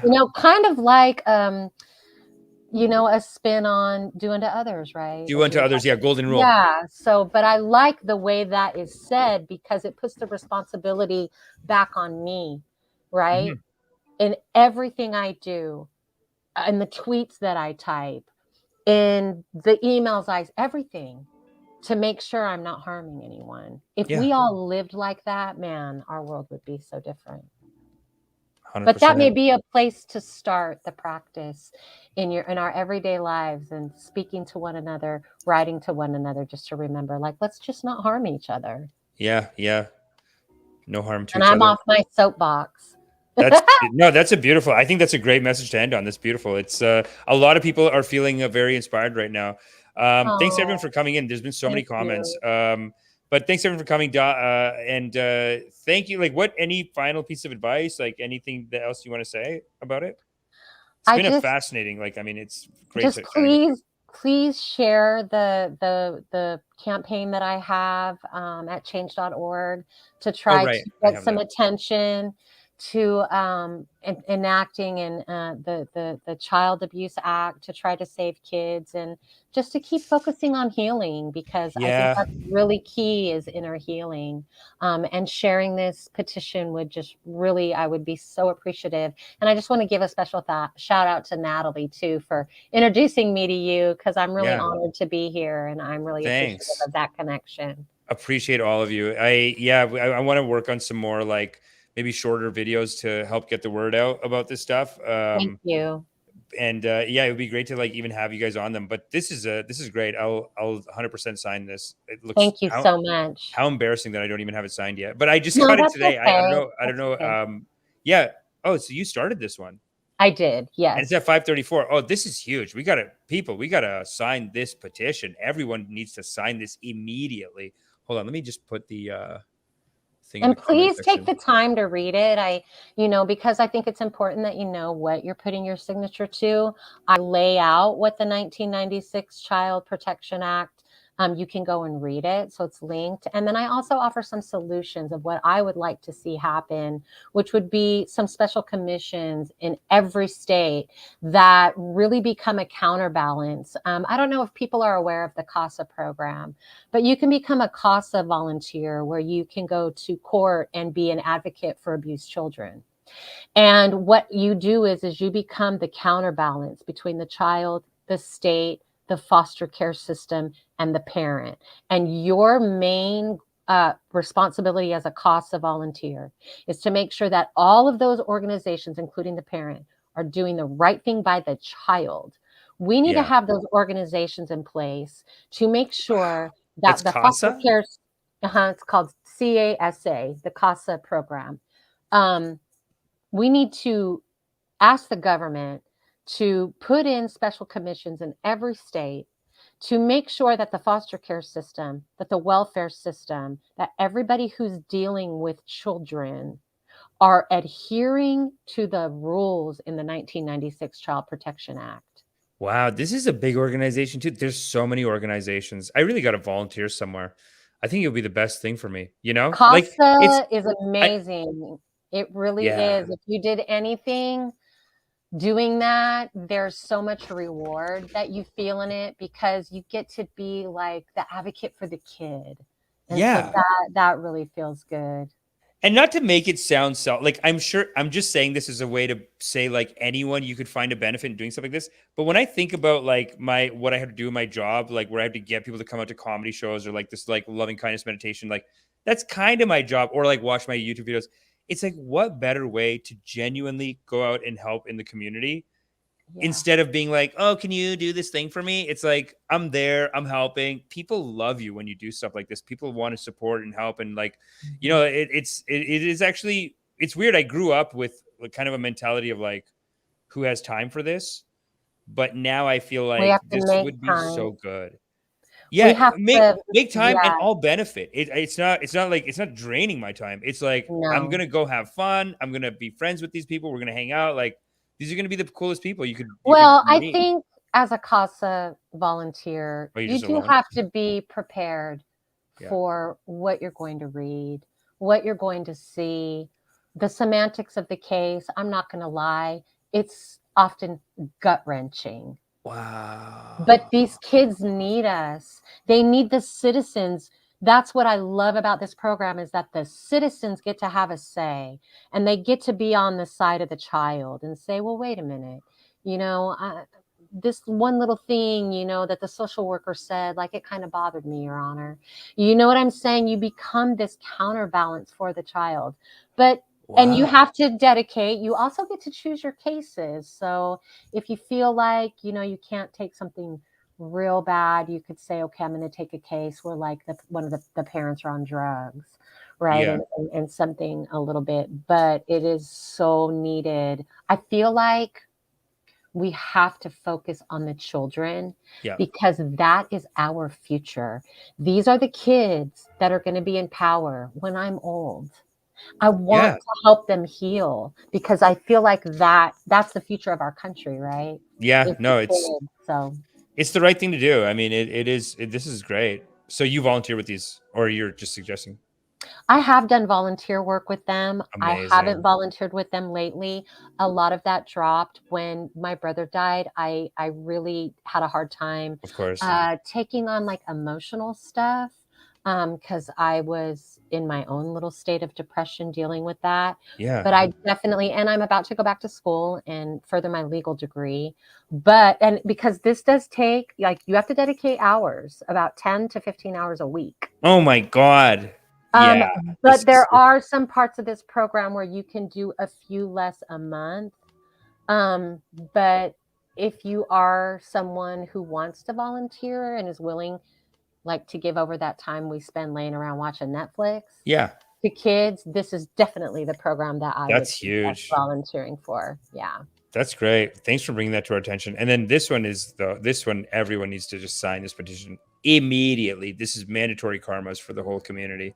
Sign this petition. I'm going to sign it right now. But yeah, this is huge. I mean, this is great that you have this petition and you're getting on shows to talk about it. Thank you. Thanks for doing this work. It's Thanks for having me. I'm so deeply appreciative. I've just loved getting to know you. And I think the work that you're doing is so important. So I really appreciate you doing it. Thanks. Of course. It has been fascinating talking to everyone. And I do want to do more like shorter, tight videos where we just pick a topic, like there's a real thing to it. Because honestly, the best way maybe to promote a change.org is with just a banger video. Like there's no guarantees that anything goes viral, but like just something tight and short could help just tell, it could just easily spread versus, like it's work, but it does seem to work. You know what I mean? Yeah. It's almost like a type of activism. Like it's like you're doing your activism or your volunteer work in this art form of like getting the word out to people.